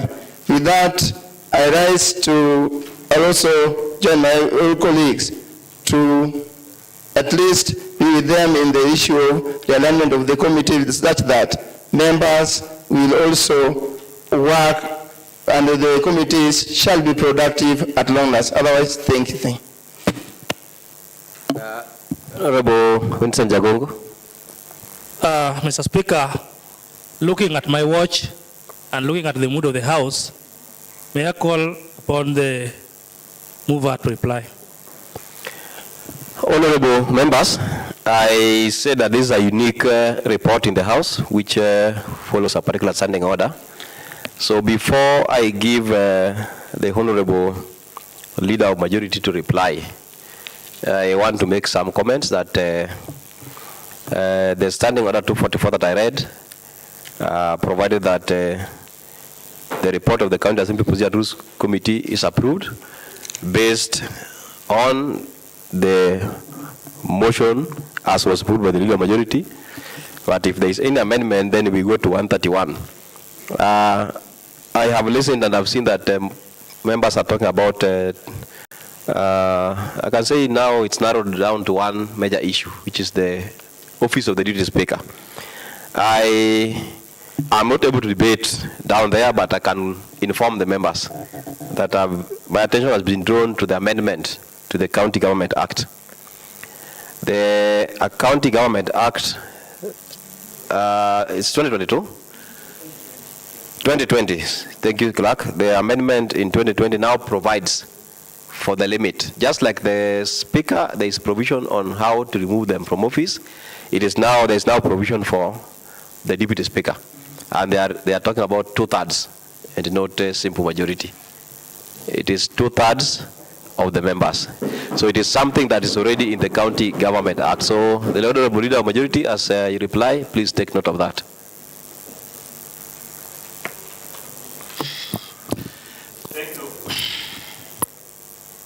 Thank you. Senator Tam assist the Honorable Leader of Majority. Thank you.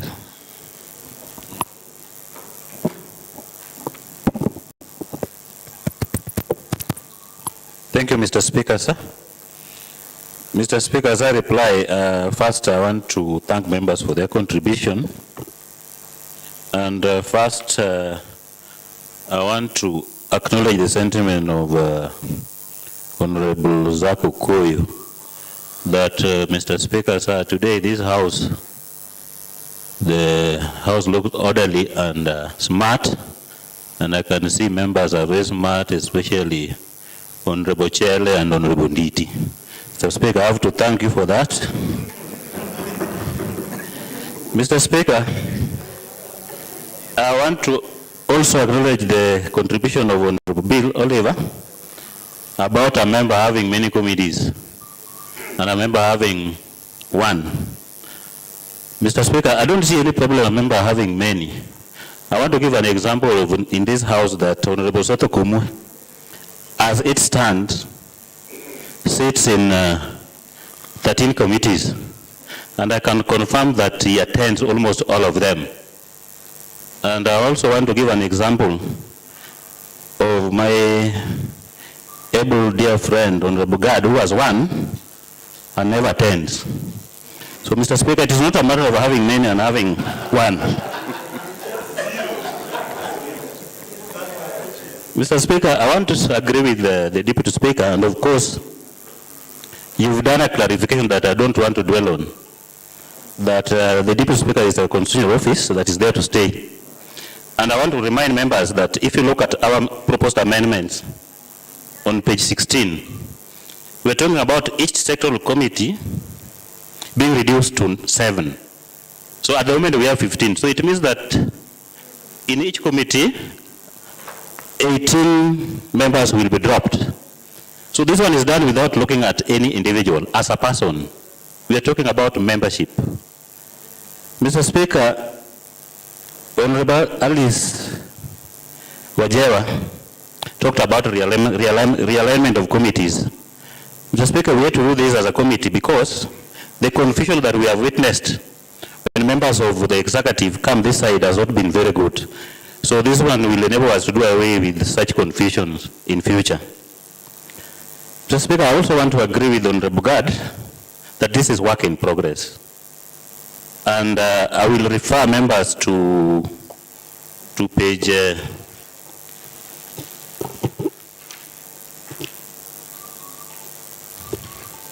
page 8, where I started by saying that the standing orders provide 3 avenues through which they can be amended.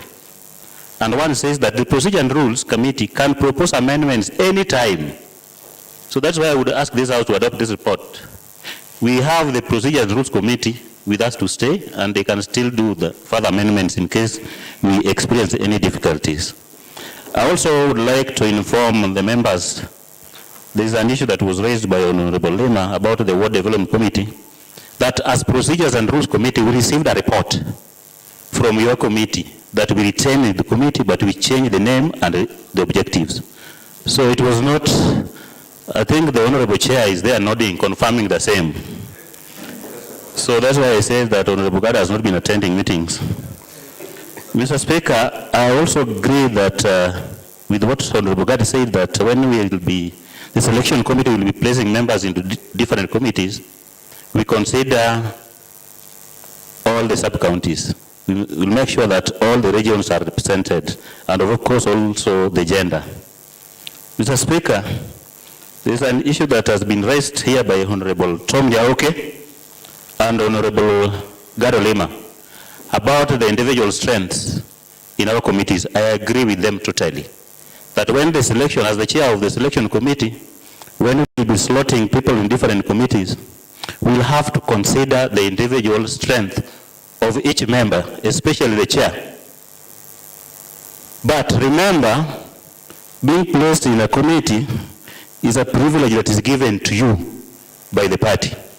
So we will consider this, your strength individually and also your loyalty to the party.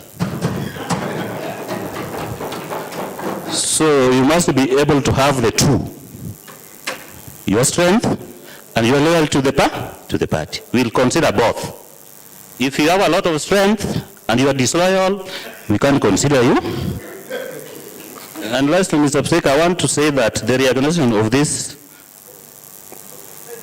committees will enable members to be more productive and also improve their welfare.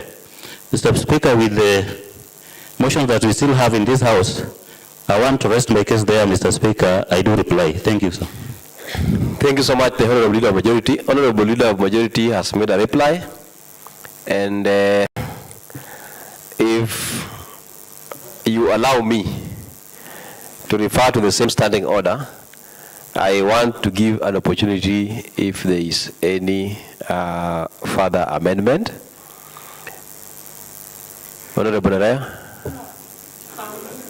Okay. I'm giving opportunity if there is any further amendment. I'm doing so because I want to find a way of consolidating all the amendments and putting question at once. That's why I'm giving an opportunity that if there's any further amendment, because the issue of the Deputy Speaker, I think, has been clarified. It's a constitutional matter, and it is in the amended the County Government Amendment Act of 2020 that gives the threshold at 2/3.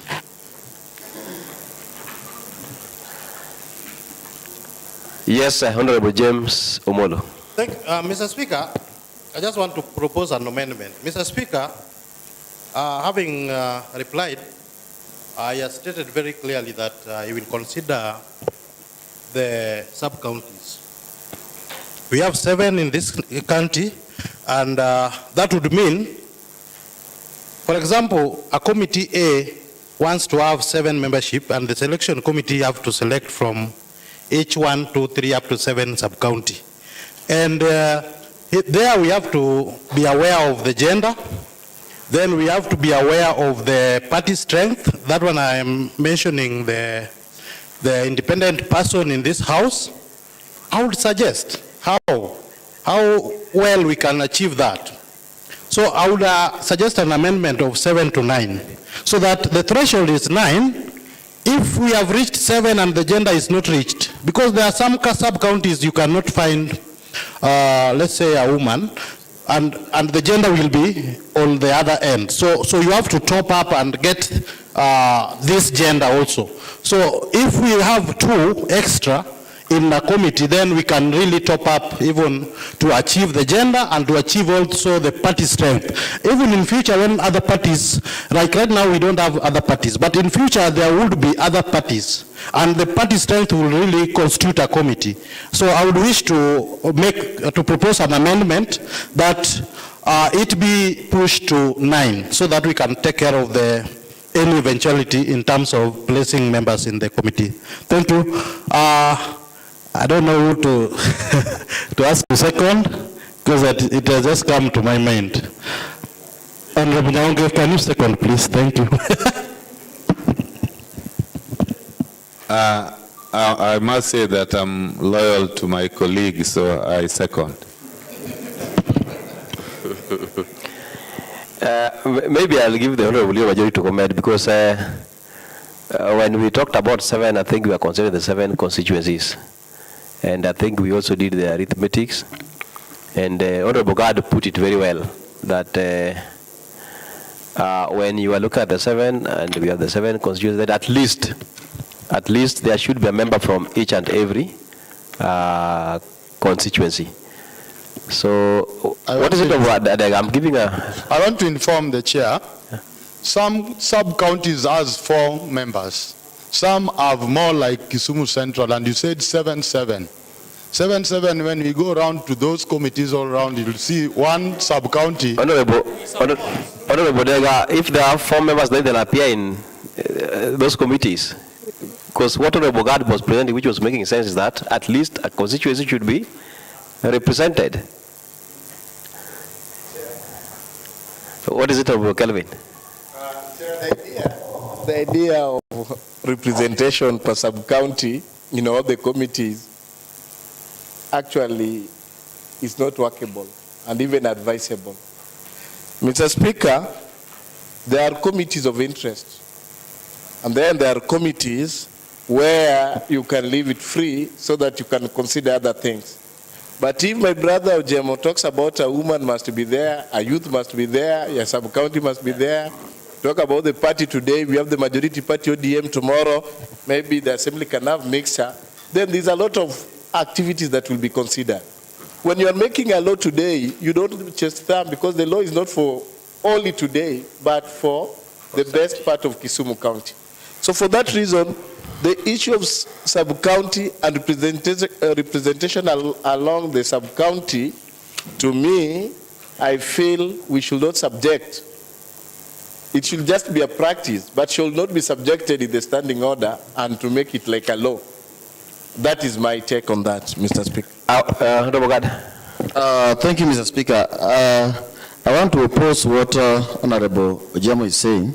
Not Ojemo, James. I'm not offended for debate. No, he has proposed amendment, but I want to come back on the same issue Mheshimiwa Kelvin is saying. I want to say that there are committees that need representation from the wards and the sub-counties. There are committees that can even be for 1 constituency, there's no problem. Committee like procedure and rules. Even if Nyakachi is not represented, Nyar is not represented, there's nothing. It's for us within the house. But when we talk about health, then somebody from Senate must be in that health, because it cuts across. But there are committees for us within the house committees, powers and privileges. Well, those one can be even from 1 sub-county, there's no problem. But those committees that touches on our mandate, on the villages or the wards, those are the committees we are saying. When the selection committee sits down, then they look at them. Roads committee, at least somebody from every sub-county should be there. But when you talk of committees, like, because there are committees that the leadership will get in by default. We can't force, because if Nyakachi is not in leadership, then we are not in leadership. We can't force that we have to be in that committee. Because there are committees like, you automatically the chair of procedure and rules. You automatically the chair of the powers and privileges. We can't change that. But there are committees that we are looking into in terms of what we are going to do on the ground. Let us get the agriculture committee, at least from all the wards, from all the sub-counties. But there are committees we give leeway to the selection committee. They can choose whoever they want to be those committees, and I think that will be okay with everybody. Thank you. Thank you so much, Honorable Bogard. It's that Honorable Bogard started debating, but I don't open it for debate. However, I wanted to rule the amendment by Honorable James Omolo out of order because it's very clear when the leader of majority presented. And in terms of membership, I think that's not even the work of this House. Now it becomes the work of the selection committee. Honorable Leader Majority, I've seen you standing. Thank you, Mr. Speaker. Mr. Speaker, I want to provide some information, and I want members to look at page 9. And I want to totally agree with Honorable Bogard Lima. If you look at page 9, 161, that is composition of the select committees. Subject to any written law, these standing orders or a resolution of the County Assembly, a committee shall consist of an odd number of members, not less than 5 and a maximum of 9. But we have some concerns, like the budget committee, and I think Honorable Bogard talk of interest, and Honorable Kelvin Oraro. That's why if you look at the budget committee, we're talking about 13 to 15. About not less than 7, 9. We're talking about 15 members. That is to take care of all the regions. And Mr. Speaker, I want to persuade members that we still have Procedure and Rules Committee, and we can do further amendments. And in my opening remark, we said that it can be done any time. So I want to ask you to support this report the way it is, and I would like to propose that it takes effect from 20th July of 2023, if you allow me. What do you want to clarify?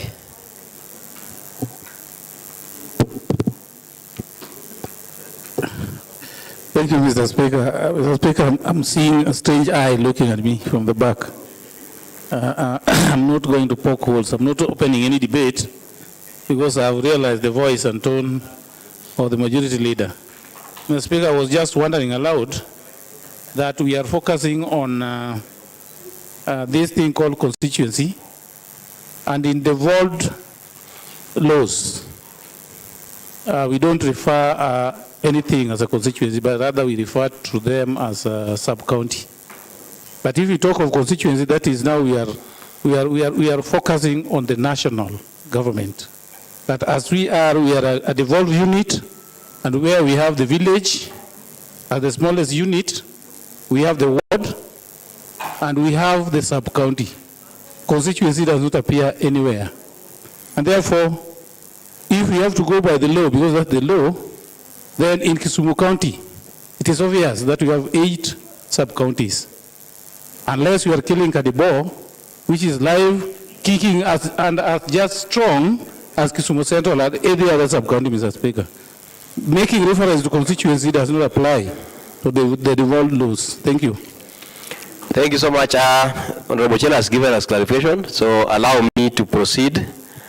And I request that Honorable Kelvin, I think we have given enough time. We have a number of... Point of information. Whom do you want to inform? The chair. Being these are serious motion and involves the welfare of members and the running of the assembly, I've not heard about the maximum placement of members in a committee that you are proposing, which should be something of great importance. Just get what I'm saying. A member having a maximum of how many committees? Honorable, I think I have heard what Honorable Kelvin is asking.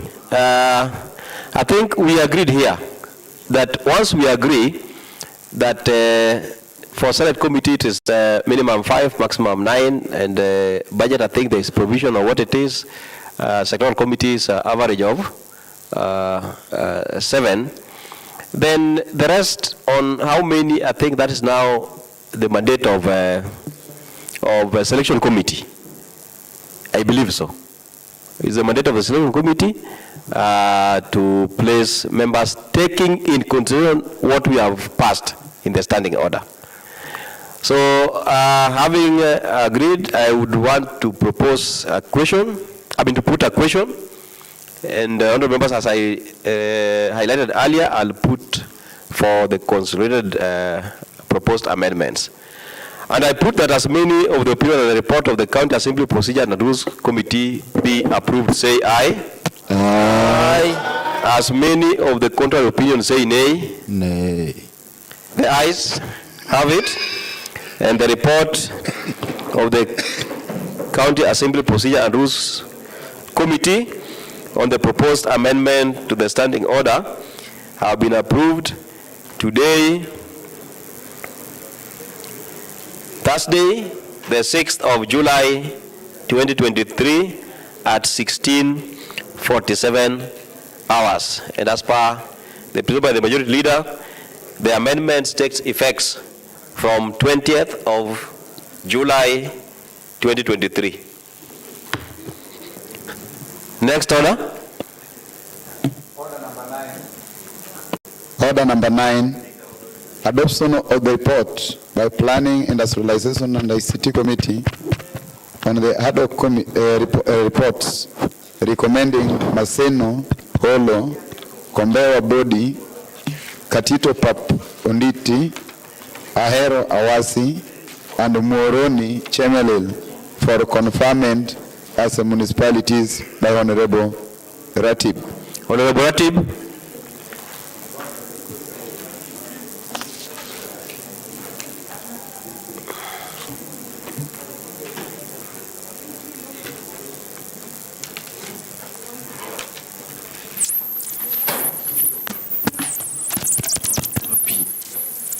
Honorable Ratib, proceed. Sergeant Atam, assist Honorable Ratib.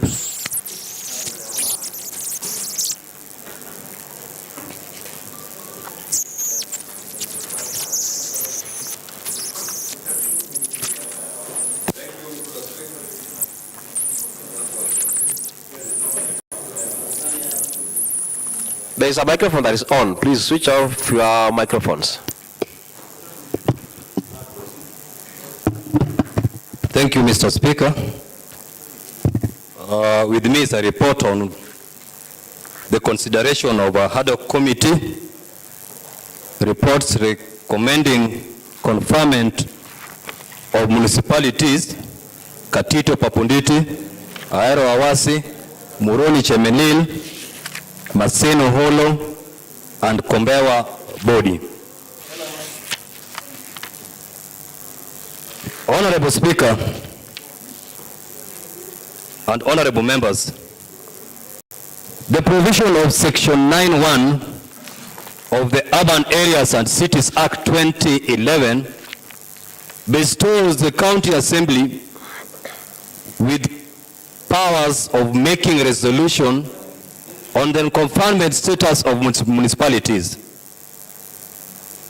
That provision of confinement status of municipality on a town meets the criteria set out in Section 3 of that Act, hence leading to grant of charter on the municipality. Mr. Speaker, sir, Section 9(2) of the Urban Areas and Cities Act 2011 set out the procedures applied for the confinement of municipalities. Pursuant to the provisions of Section 9(2) of the aforesaid Act, His Excellency the Governor constituted the ad hoc committee to evaluate the possible areas for upgrade to municipality status against the criteria as outlined in Section 5, 9, and 10 of the Urban Areas and Cities Act of 2011, and Section 5 and 6 of the Urban Areas and Cities Amendment Act 2019, and prepare a report for each area for tabling before the Executive Committee and subsequently to the County Assembly for consideration. Consequently, the Executive communicated to the Assembly the ad hoc committee report proposing conferment of the following areas to municipalities. 1. Kapito Paponditi.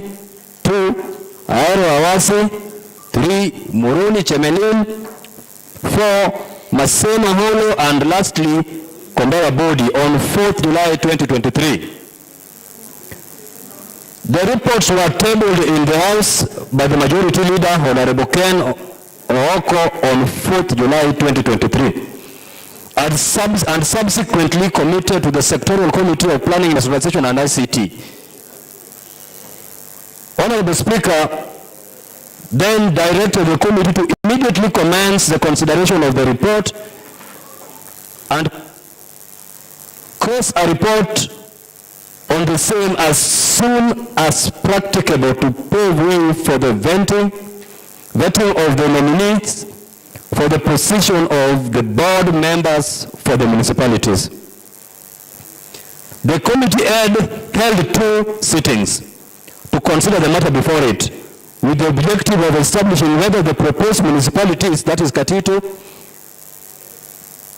Papunditi, Ahero Awase, Moroni, Chemelil, Maseno Holo, and Kombewa Body qualified for conferment in the accordance to the Urban Areas and Cities Act 2011, Section 9(3), and whether the procedures involved are in line with the existing laws for approval by the County Assembly.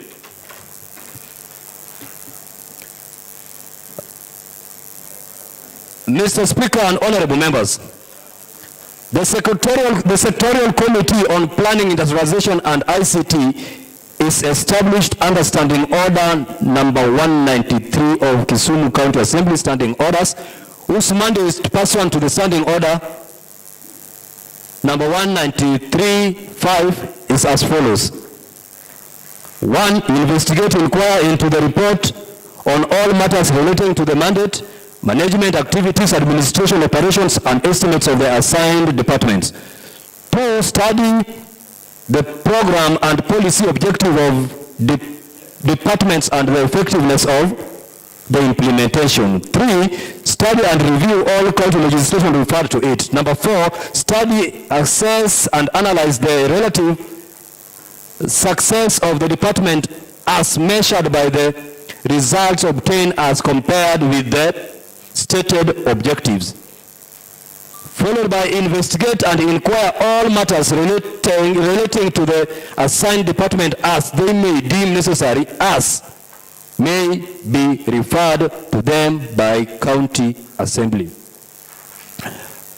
6. To vet and report on all appointments where the Constitution or any law requires the County Assembly to approve, except those under Standing Order number 187, that is Committee on Appointments. And lastly, make reports and recommendations to the County Assembly as often as possible, including recommendation of proposed legislation.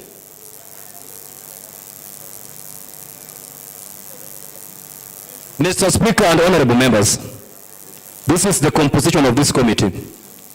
1. Honorable Ratib Boyton, Chairperson. Honorable James Omolo, Vice Chairperson, Overseer Seto Chieng, Member. Honorable Ken Ooko, Member. Seto Kulu, Honorable Member. Honorable George Abaja, Member. Honorable James Were, Member. Honorable Mariam Abid, Member. Honorable Nareo Kwame, Member. Honorable Karen Ndwembo, Member. Honorable Zako Koyo, Member. Honorable Ruben Rakwach, Member. Honorable Samuel Nyango, Member. Honorable Jackie Mukech, Member. Honorable Musa Sochele, Member. It consists of 15 members. The Secretariat attached to this committee, Mr. Peter Anditi, Principal Clerk, Austin Ochieng, Clerk Assistant, Edward Odaga, Ansat Reporter, and Faith Judith, Sergeant at Arms. Acknowledgement. Honorable Speaker, it is my privilege and pleasure on behalf of the committee to convey my gratitude to all members of the committee for dedicating their time for deliberation on this matter. This ensured that the committee beats the short deadline that was given. The committee also appreciates invaluable support from the Office of the Speaker and Clerk of the County Assembly for providing conducive atmosphere to prepare this report.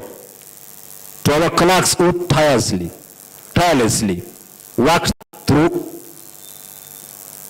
to make this exercise a success, I applaud you. It is now my humble desire and wish to hereby submit this report to the House for consideration on behalf of the Committee of Planning, Industrialization and ICT.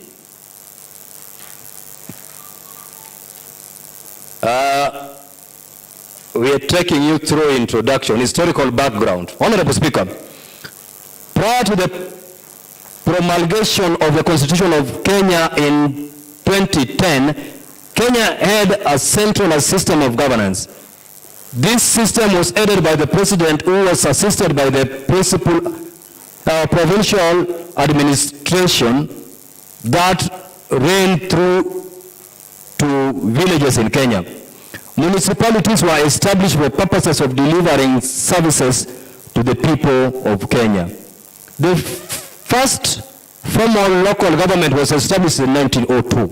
However, over time, the number of local governments has increased.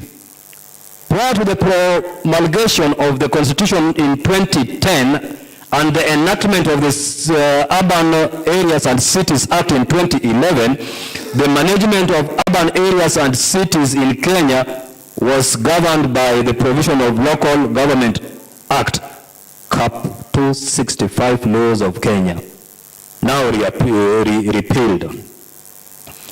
Under the said legislation, urban areas and cities were categorized as follows: municipality, county, or township. The Local Government Act empowered the Minister for Local Government, in consultation with the Electoral Commission, to establish urban areas either on a receipt of proposal from municipal council, county council, or town council, or by an order. The minister also had powers to name an urban area, delimit its boundaries, alter the boundaries of an urban area, or amalgamate one or two urban areas. Before the repealing of Local Government Act, Cap 265, there were 175 local authorities in Kenya, comprising of the cities of Nairobi, Mombasa, and Kisumu, municipalities, county councils, and town councils.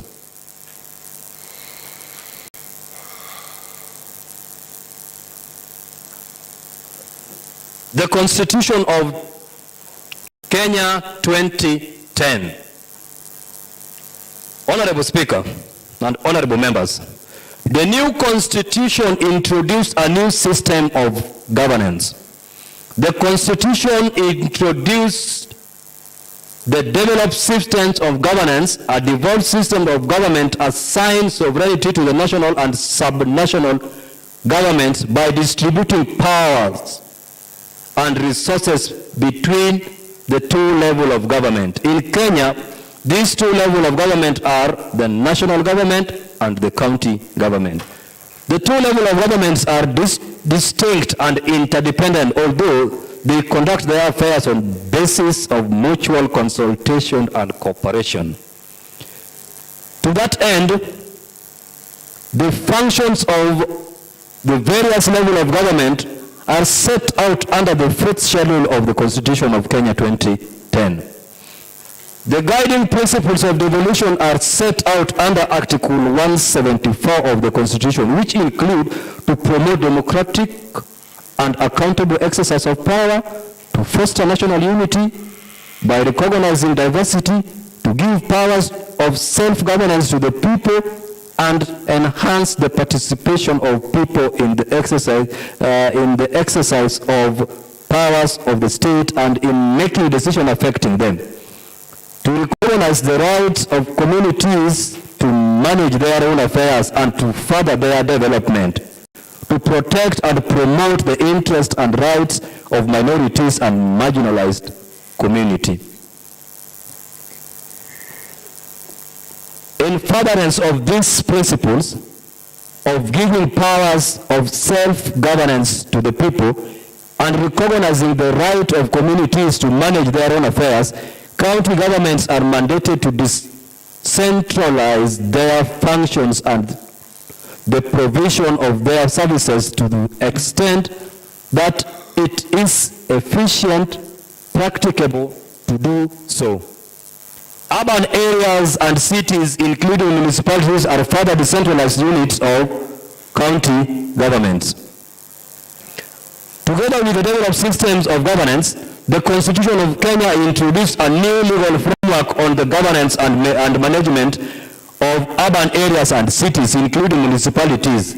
Article 184 of the Constitution mandated Parliament within 1 year of the date of promulgation of the Constitution to enact a legislation providing for, among other things, the criteria for classifying areas as urban areas and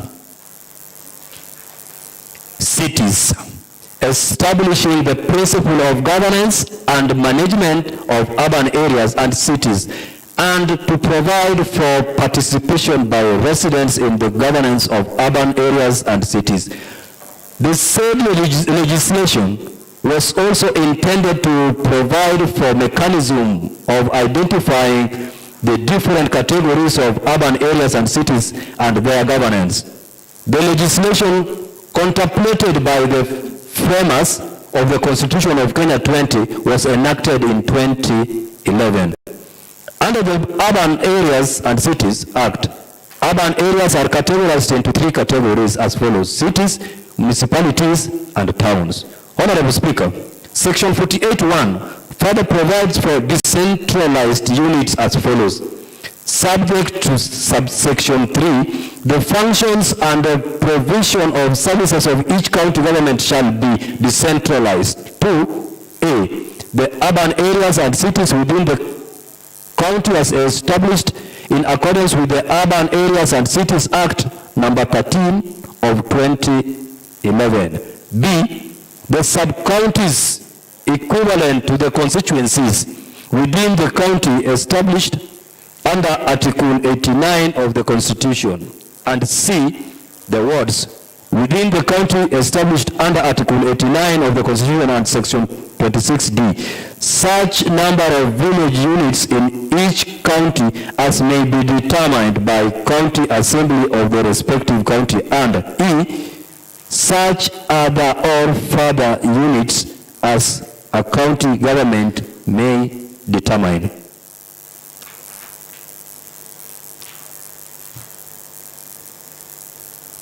Conferment of municipal status. Honorable Speaker and honorable members, this is enshrined in Section 9 of the Urban Areas and Cities Act as follows. 1.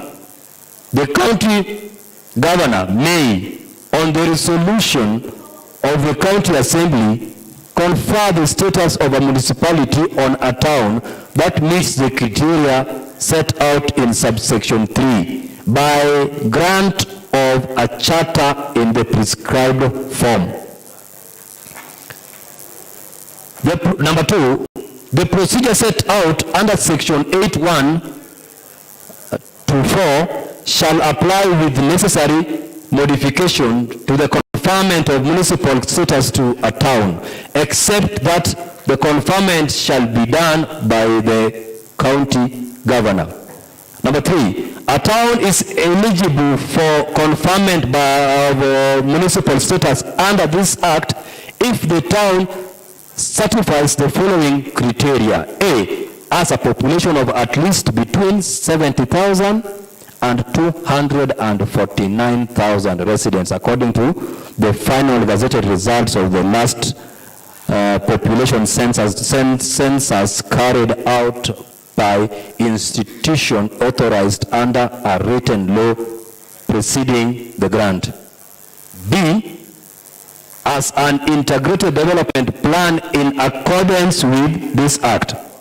It must have an integrated development plan in accordance with the Act. C, as demonstrable revenue collection or revenue collection potential. Number D, has demonstrable capacity to generate sufficient revenue to sustain its operation. E, it must have the capacity to effectively and efficiently deliver essential services to its residents as provided in the first schedule. F, as institutionalized active participation by its residents in the management of its affairs. G, as sufficient space for expansion. H, has infrastructural facilities including but not limited to street lighting, markets and fire stations. And I, must have a capacity for functional and effective waste disposal. Number 4, notwithstanding the provision of subsection 1, the county governor shall confer the status of a special municipality to the headquarters of the county even where it does not meet the threshold specified in subsection 3A.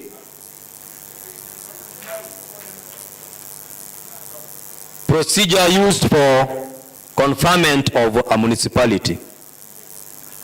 Passing a resolution to apply for conferment of a status of a municipality. The town committee of a town intending to apply to the county executive committee for grant of a municipality status passes a resolution of this purpose. The passing of the resolution shall be governed by the rules and regulations of the concerned town committee. The resolution is forwarded to the county executive committee for consideration. Consideration and approval of the request by the county executive committee. Upon receipt of a resolution from a town committee for the grant of a municipality status in respect of a specific town, the county executive committee reviews the same and may either approve or decline the same. Where the county executive committee, after consideration of the resolution, approves the resolution by the town committee, it makes a recommendation for the conferment of a municipality status on the concerned town. Formation of the ad hoc committee. Where the county executive committee makes a recommendation for the conferment of a municipality status on a qualifying town, the county governor constitutes an ad hoc committee to consider the recommendation by the county executive committee and advise as appropriate. The membership of the ad hoc committee constituted by the county governor, as described above, is set out under the Urban Areas and Cities Act 2011 and includes relevant professionalism in good standing nominated by the following institution, taking account of regional, ethnic and gender diversity and presentation of persons with disability. A, that is the composition. Institution of Surveyors of Kenya. The ad hoc committee also will consist of Kenya Institute of Planners. C, it will consist of Architectural Association of Kenya. D, the Law Society of Kenya, the Association of Urban Areas and Cities. F, the Institution of Certified Public Accounts of Kenya, and lastly, the business community. The ad hoc committee considers whether the concerned town satisfies the criteria set out under Section 9 of the Urban Areas and Cities Act for the grant of municipality status. where the ad hoc committee determines that the concerned towns meet the statutory criteria, the recommendation for grant of the concerned town a municipality status is forwarded to the county assembly by county governor for approval. Approval by the county governor. Honorable Speaker and honorable members, once a recommendation is received from the county governor for the conferment of a concerned town with the status of municipality, the same is debated by the county assembly and passed or declined in line with the standing orders of the relevant county assembly. If approved, a resolution is drafted and forwarded to the county governor requesting the county governor to confer the concerned town with the status of municipality by grant of a municipality charter in the prescribed form. Committee findings and observation. Honorable Speaker and honorable members, the committee established the following in regards to the qualification for conferment of municipalities. Criteria 1, population threshold. According to Urban Areas and Cities Amendment Act 2019, an urban area is eligible for conferment to a municipal status if it satisfies the criteria of population of at least between 50,000 to 249,000 residents based on the last census conducted by Kenya National Bureau of Statistics. According to 2019 population and housing census, the following were the numbers. The proposed Katitu Papunditi municipality had a population of 69,266. The proposed Kombawa Bodi municipality had a population of 63,760. Proposed Maseno Hulu municipality had a population of 55,555. The proposed Awasi Ahero municipality had a population of 71,386. And lastly, the proposed Moroni Chemelil had a population of 63,243. That means it met the criteria as per the population threshold. Committee recommendation that the proposed municipality be approved on the basis of meeting the provision of the law in regard to population threshold. Criteria number 2, integrated urban development plan. The Urban Areas and Cities Act 2011 section 9(3)(b) requires that a town satisfies the criteria of having an integrated development plan for conferment of municipal status.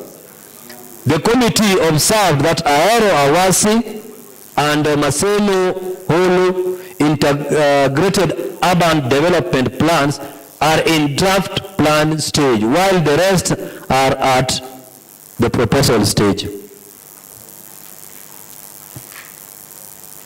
I hope you've noted that. Recommendation that the County Executive Committee member, Lands, Physical Planning, Housing and Urban Development, to facilitate and finalize this process and table the integrated urban development plan for these municipalities within a period of 6 months to the Assembly for adoption. Criteria number 3,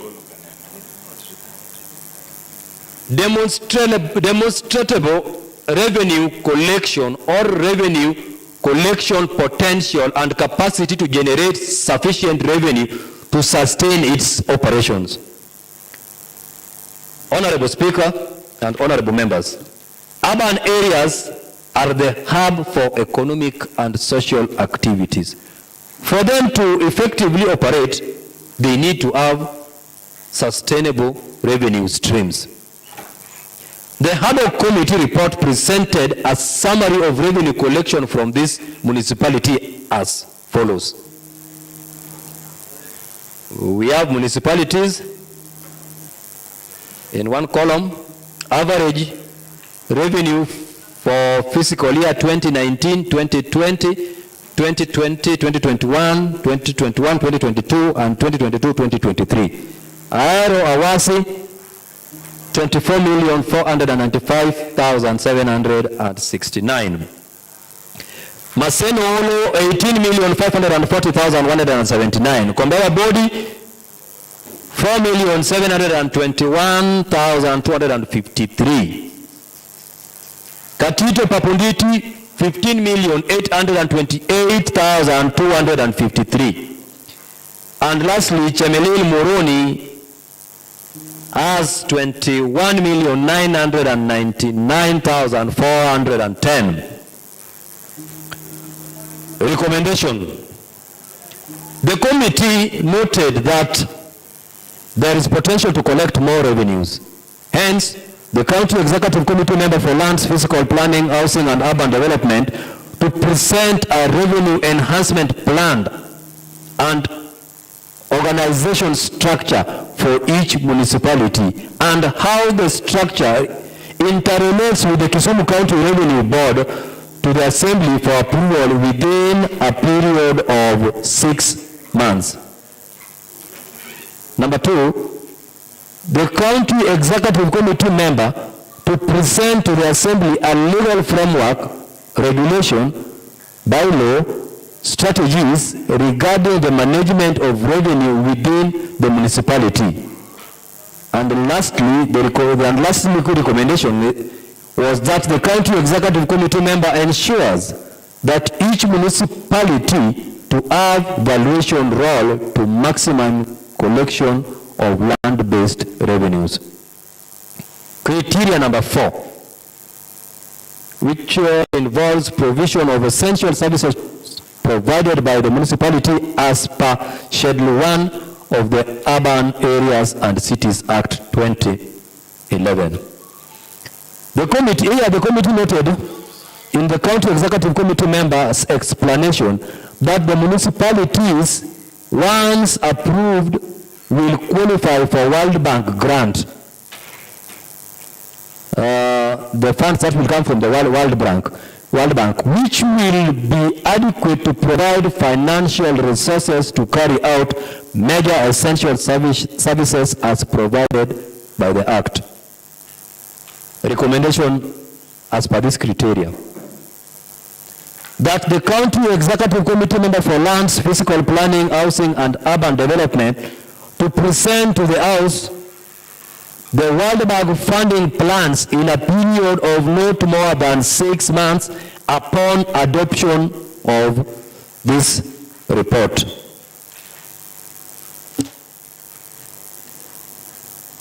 Two, that as aforementioned, the County Executive Committee member for Lands, Physical Planning, Housing and Urban Development to provide a governance structure as exposed in section 48(1)(a) of the County Government Act 2012. This will avoid further duplication of functions, conflict of interest on financial, human, and material resources with other decentralized units. Criteria number 5, the proposed municipality should have institutionalized active participation by its residents in management of its affairs. The committee recommends as follows in regard to this: that the County Executive Committee member for Lands, Physical Planning, Housing and Urban Development to present a charter and logo / policy for each municipality detailing how the board will interact with cities. This will be in line with the prevailing legal framework regarding public engagement. Criteria number 6 has sufficient space for expansion, infrastructural facilities, including but not limited to street lighting, markets and fire stations, and ask a capacity for functional and effective waste disposal. The committee noted that there is existing and sufficient space for expansion of the areas proposed for municipalities. Recommendation as in that regard, that the County Executive Committee member for Lands, Physical Planning, Housing and Urban Development to provide a roadmap on how the proposed municipalities can be expanded to make them more economic viable.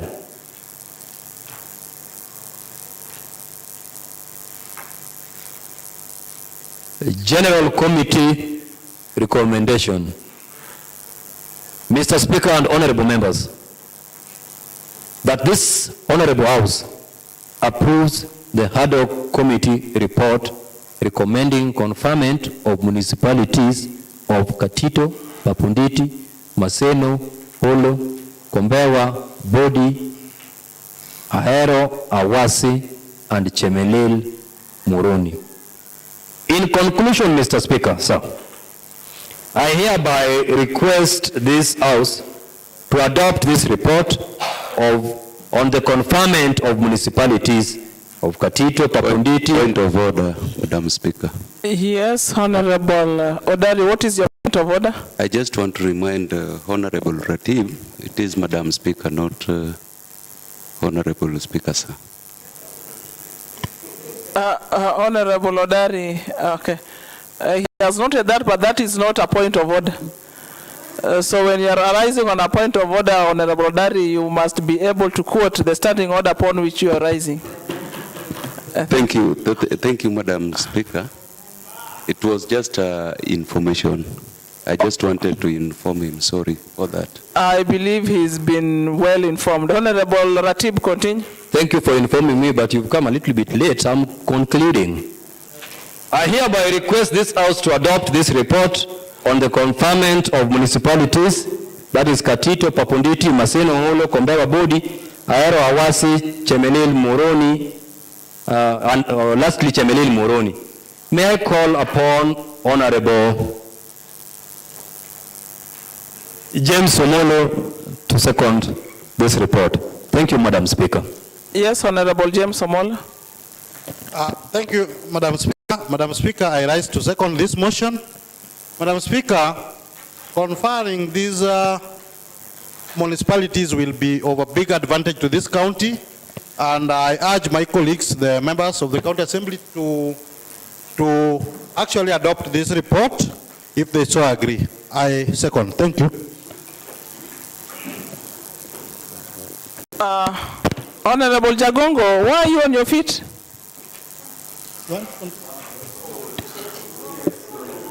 Honorable members, a report on the consideration of the ad hoc committee on its recommendation on the conferment of municipalities, that is Katito, Papunditi, Ahero, Awasi, Muhoroni, Chemelil, Maseno, Holo, and Kombewa Bodi has been read by the Honorable Chair Planning, that's Honorable Ratib Boyton, seconded by Honorable James Omolo, and I therefore want to propose that the report be open for discussion. Yes, Honorable Jagongo, you are on your feet. Thank you, Madam Speaker. Mine was just to contribute a little bit on the issue at hand. Madam Speaker, I also want to support and confirm the listed municipalities. Madam Speaker, we've walked this journey for a longer time. Madam Speaker, we stand to benefit a lot when the said towns become municipalities. Madam Speaker, from the report, I think the minimum population for a city to be, for a town to be a municipality is 50 plus, and all of them have met that threshold. So I believe it is in order to support it. Two, Madam Speaker, for Maseno and Holo, I think that will cover 2 wards. And we've been in the cold for quite a long time when other wards were benefiting from city. I believe once we pull all our resources together with the Maseno and Holo, I believe we'll attract so many development within that region. The Speaker, for these municipalities to get funding, we must confirm this. And that's why I'm saying we need to confirm it so that we get funding for development of these towns. Speaker, Madam Speaker, I stand to support. Yes, Honorable Ajumba.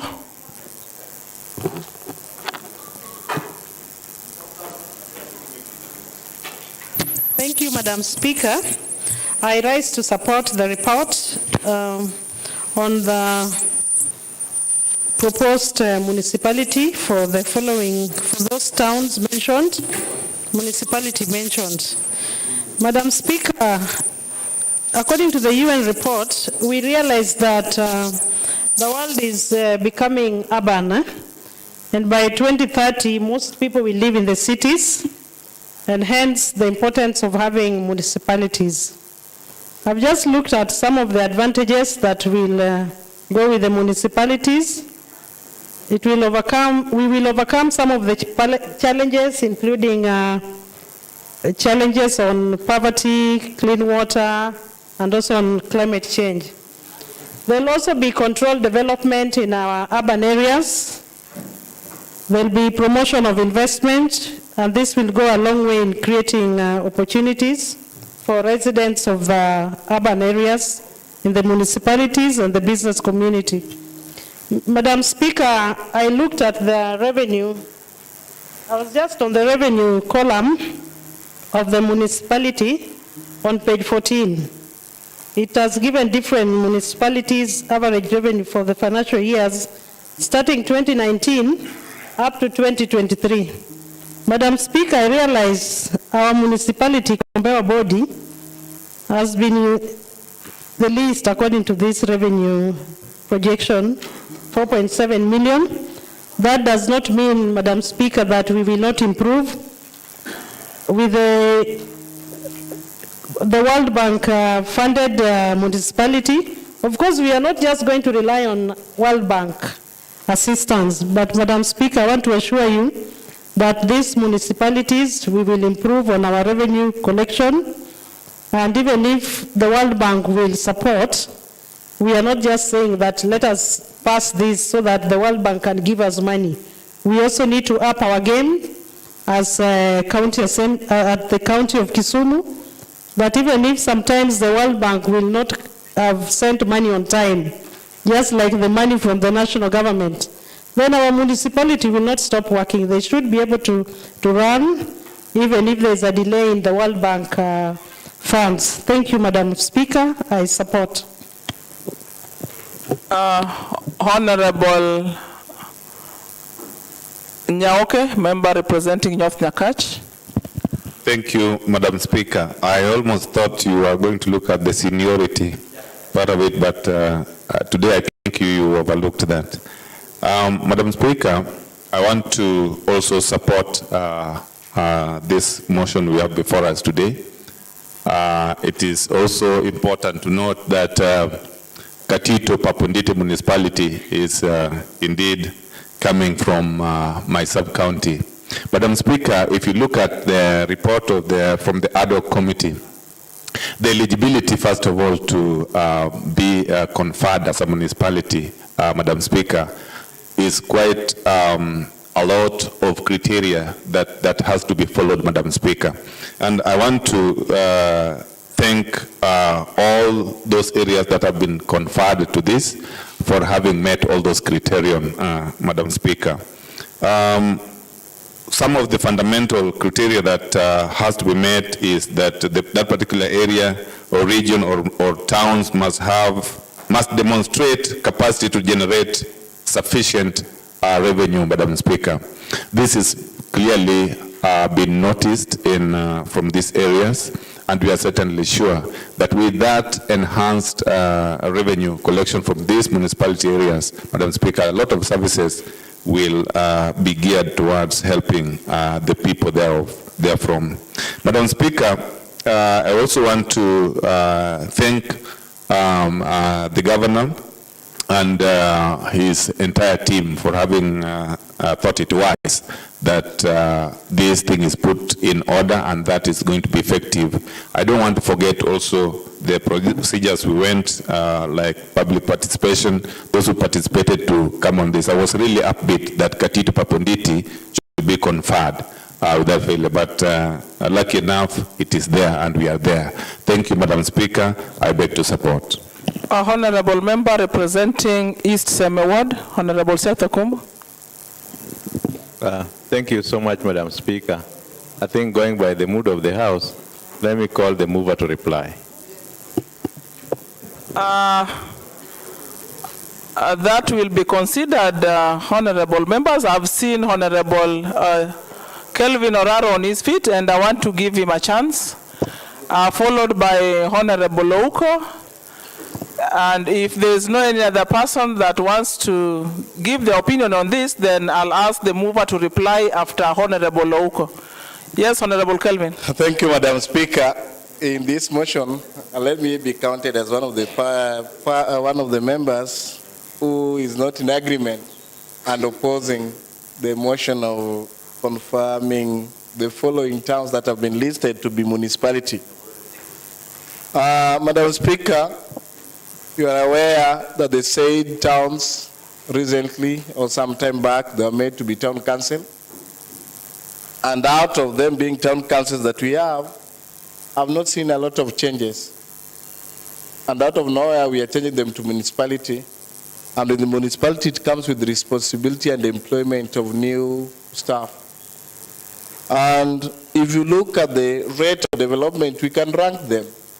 It is not a must that they were to be given the 5 of them at the same time, but there must be some sort of arrangement that should be made. When these things are being brought to the assembly, they assume that the assembly should also have their say by trying to investigate, trying to give out a report and opinion that we can say and conclude that this town actually, out of being made a town council, it has really grown to a level now that we can make it a municipality. Madam Speaker, you are aware that before the county government came, we had cities, we had municipality, and we have county council, and we had town council.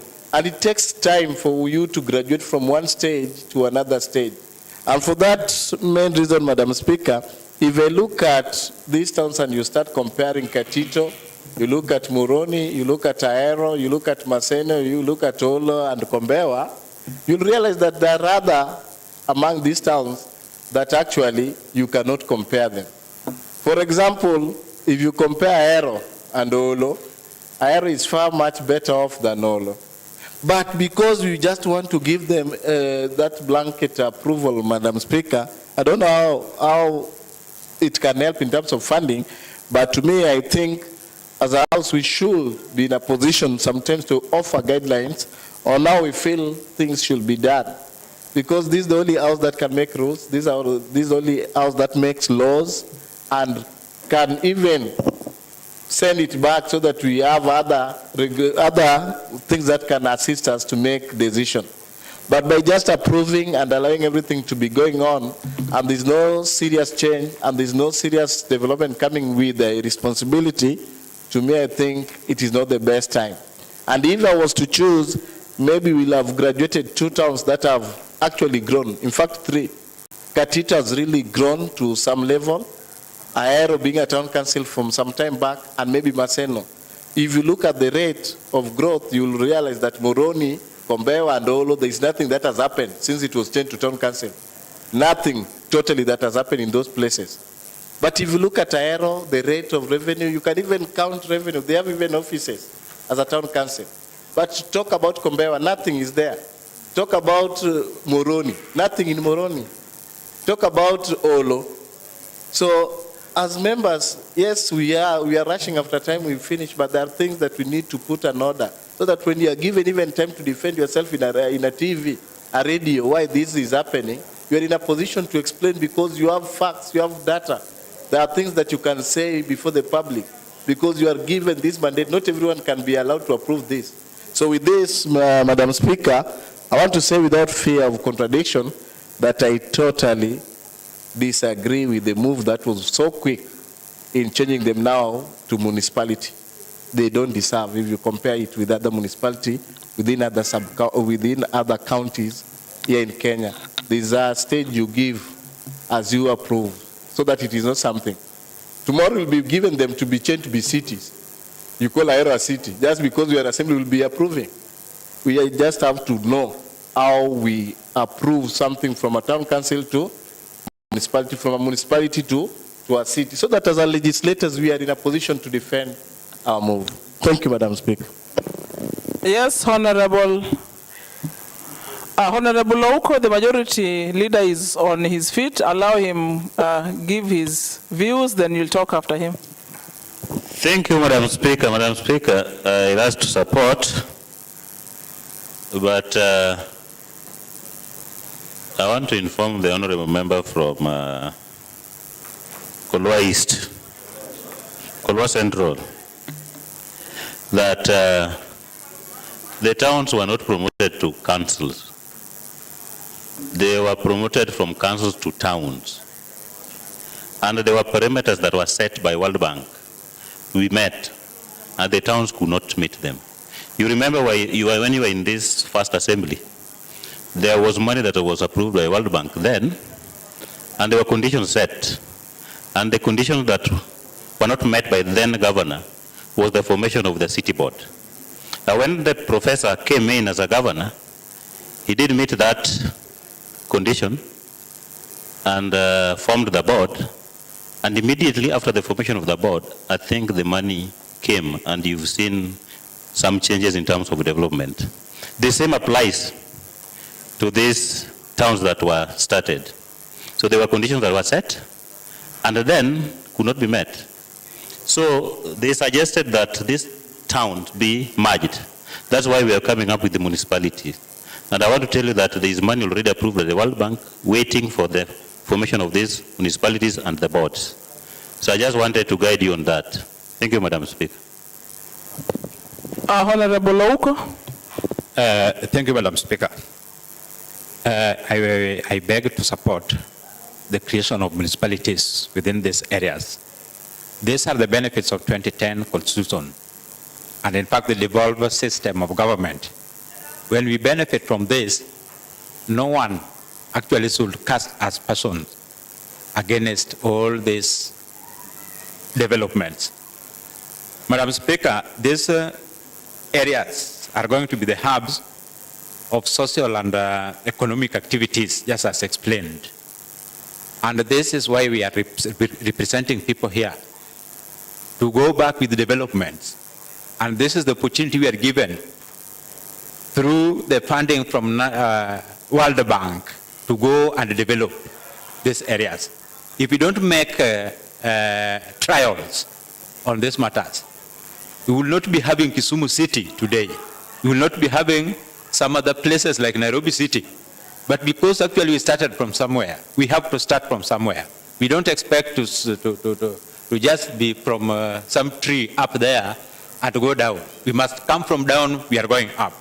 I therefore very much support, because one of the towns, Holo, is falling within my ward.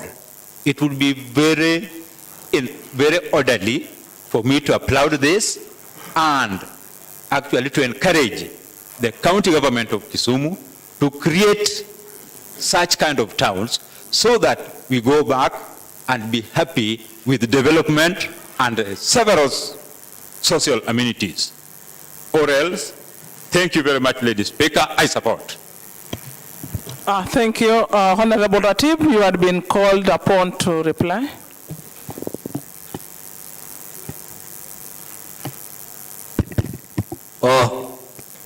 Thank you, Madam Speaker. Madam Speaker, you realize the urgency that was in this report. It was committed to this House on 4th of this month. And today is 6th of this month. A report has been made and tabled to the members of this Honorable House. In that regard, Madam Speaker, I want to thank the committee, together with the Secretariat, for burning the midnight oil to make this a success. Madam Speaker, I want to agree with Honorable Vincent Jagongo. If these areas are conferred to municipalities,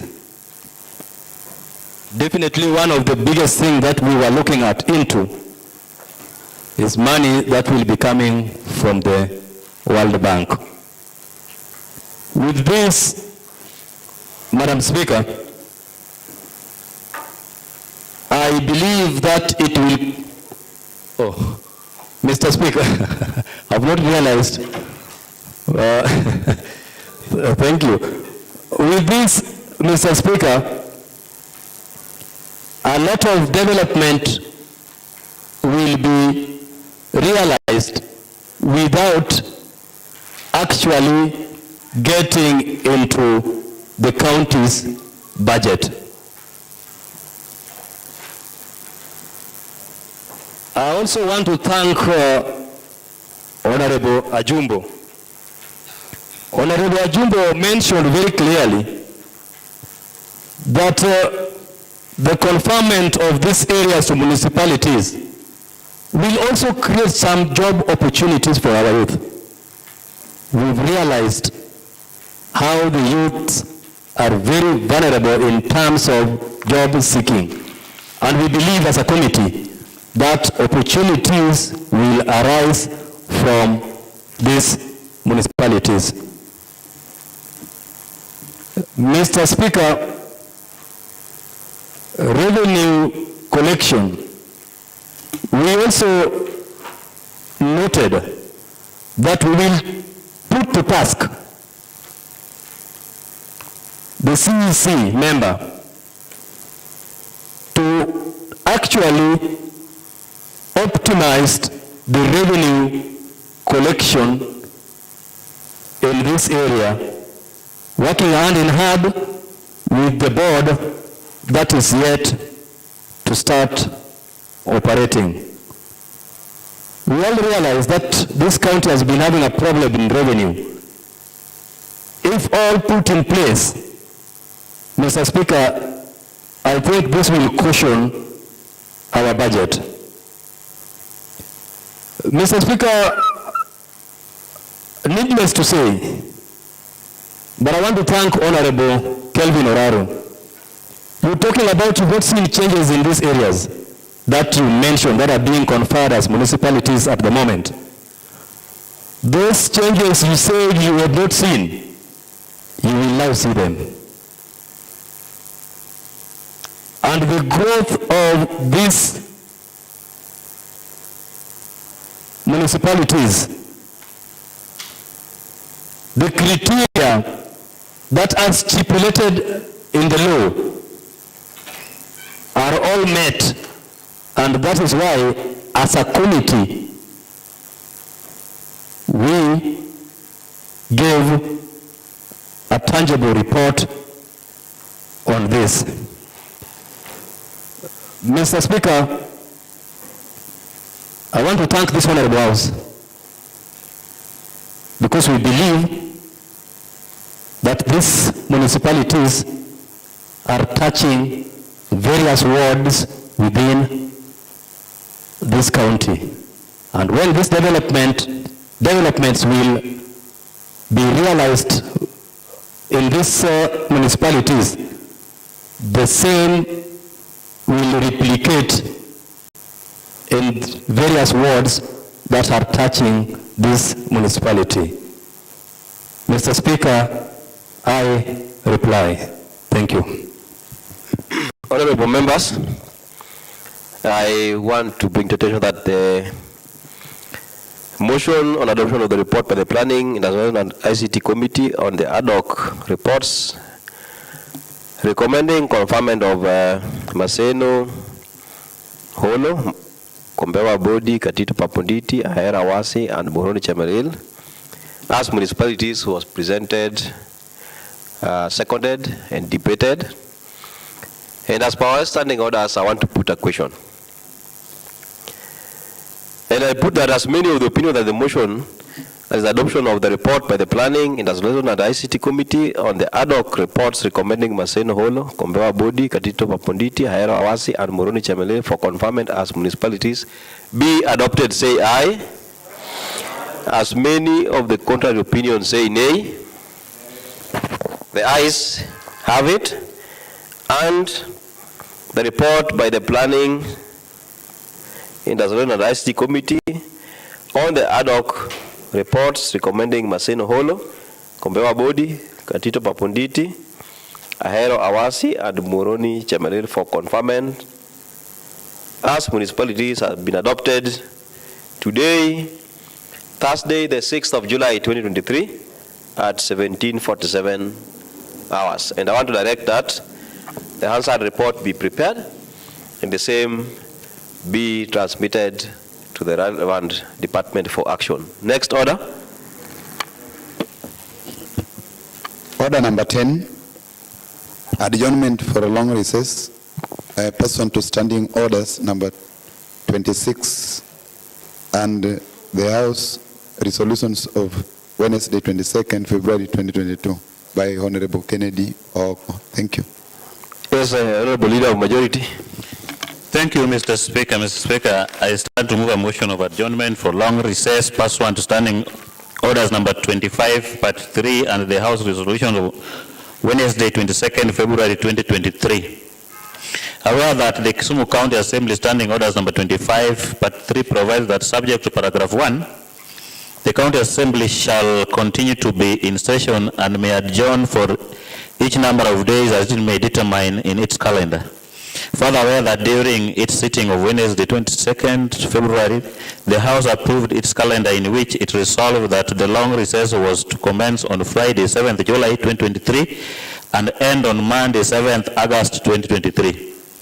Acknowledging that the County Assembly Standing Orders number 26, part 3 provides that on a day when the County Assembly is scheduled to adjourn to a day other than the next normal sitting day in accordance with the County Assembly calendar, the leader of the majority party or the leader of the minority party or another member of the County Assembly Business Committee shall move a motion of adjournment which shall be debated for not more than 3 hours, after which the County Assembly shall adjourn without question put. Now, therefore, this Assembly now urges members to adjourn the House until Tuesday, 8th August 2023, pursuant to Kisumu County Assembly Standing Orders number 25, part 3. And I would like to ask Honorable Lumbo Wade to second. The Honorable Lumbo Wade. Thank you, Mr. Speaker. Mr. Speaker, I rise to support the adjournment motion. To second the adjournment motion, sorry, Mr. Speaker. Mr. Speaker, this will give members an opportunity to interact with the electorates. It has been very tedious for the last 3 or so months. Members have been coming to the Assembly with very little time to visit their respective wards. Again, Mr. Speaker, it will also help our members to interrogate the few projects that are taking place in our respective wards. But of interest, Mr. Speaker, is the bursary. Today, Mr. Speaker, the chairman for ECD confirmed to us that in a few days' time, the remaining disbursement will be released. It will be good news for members to convey that message to the students, that despite the fact that Form 4's bursary had been dispersed, from 1 to 3 bursary is on the way. Mr. Speaker, I therefore second the adjournment motion. Thank you. Honorable members, now that the Leader of Majority has moved a motion for adjournment, seconded by the Honorable Deputy Leader of Majority, and I want to refer to our standing order number 26, which stipulates that the debate cannot be more than 3 hours. And in that regard, I want to propose that the motion is open for debate, but we limit it to at least 2 minutes per member so that we don't go beyond 3 hours. The Honorable Zako Koyo. Thank you, Mr. Speaker. Mr. Speaker, going by the mood of the House, and and it's evidently seen with the way the members are smartly dressed, waiting to usher in the long recess, I beg the mover to reply.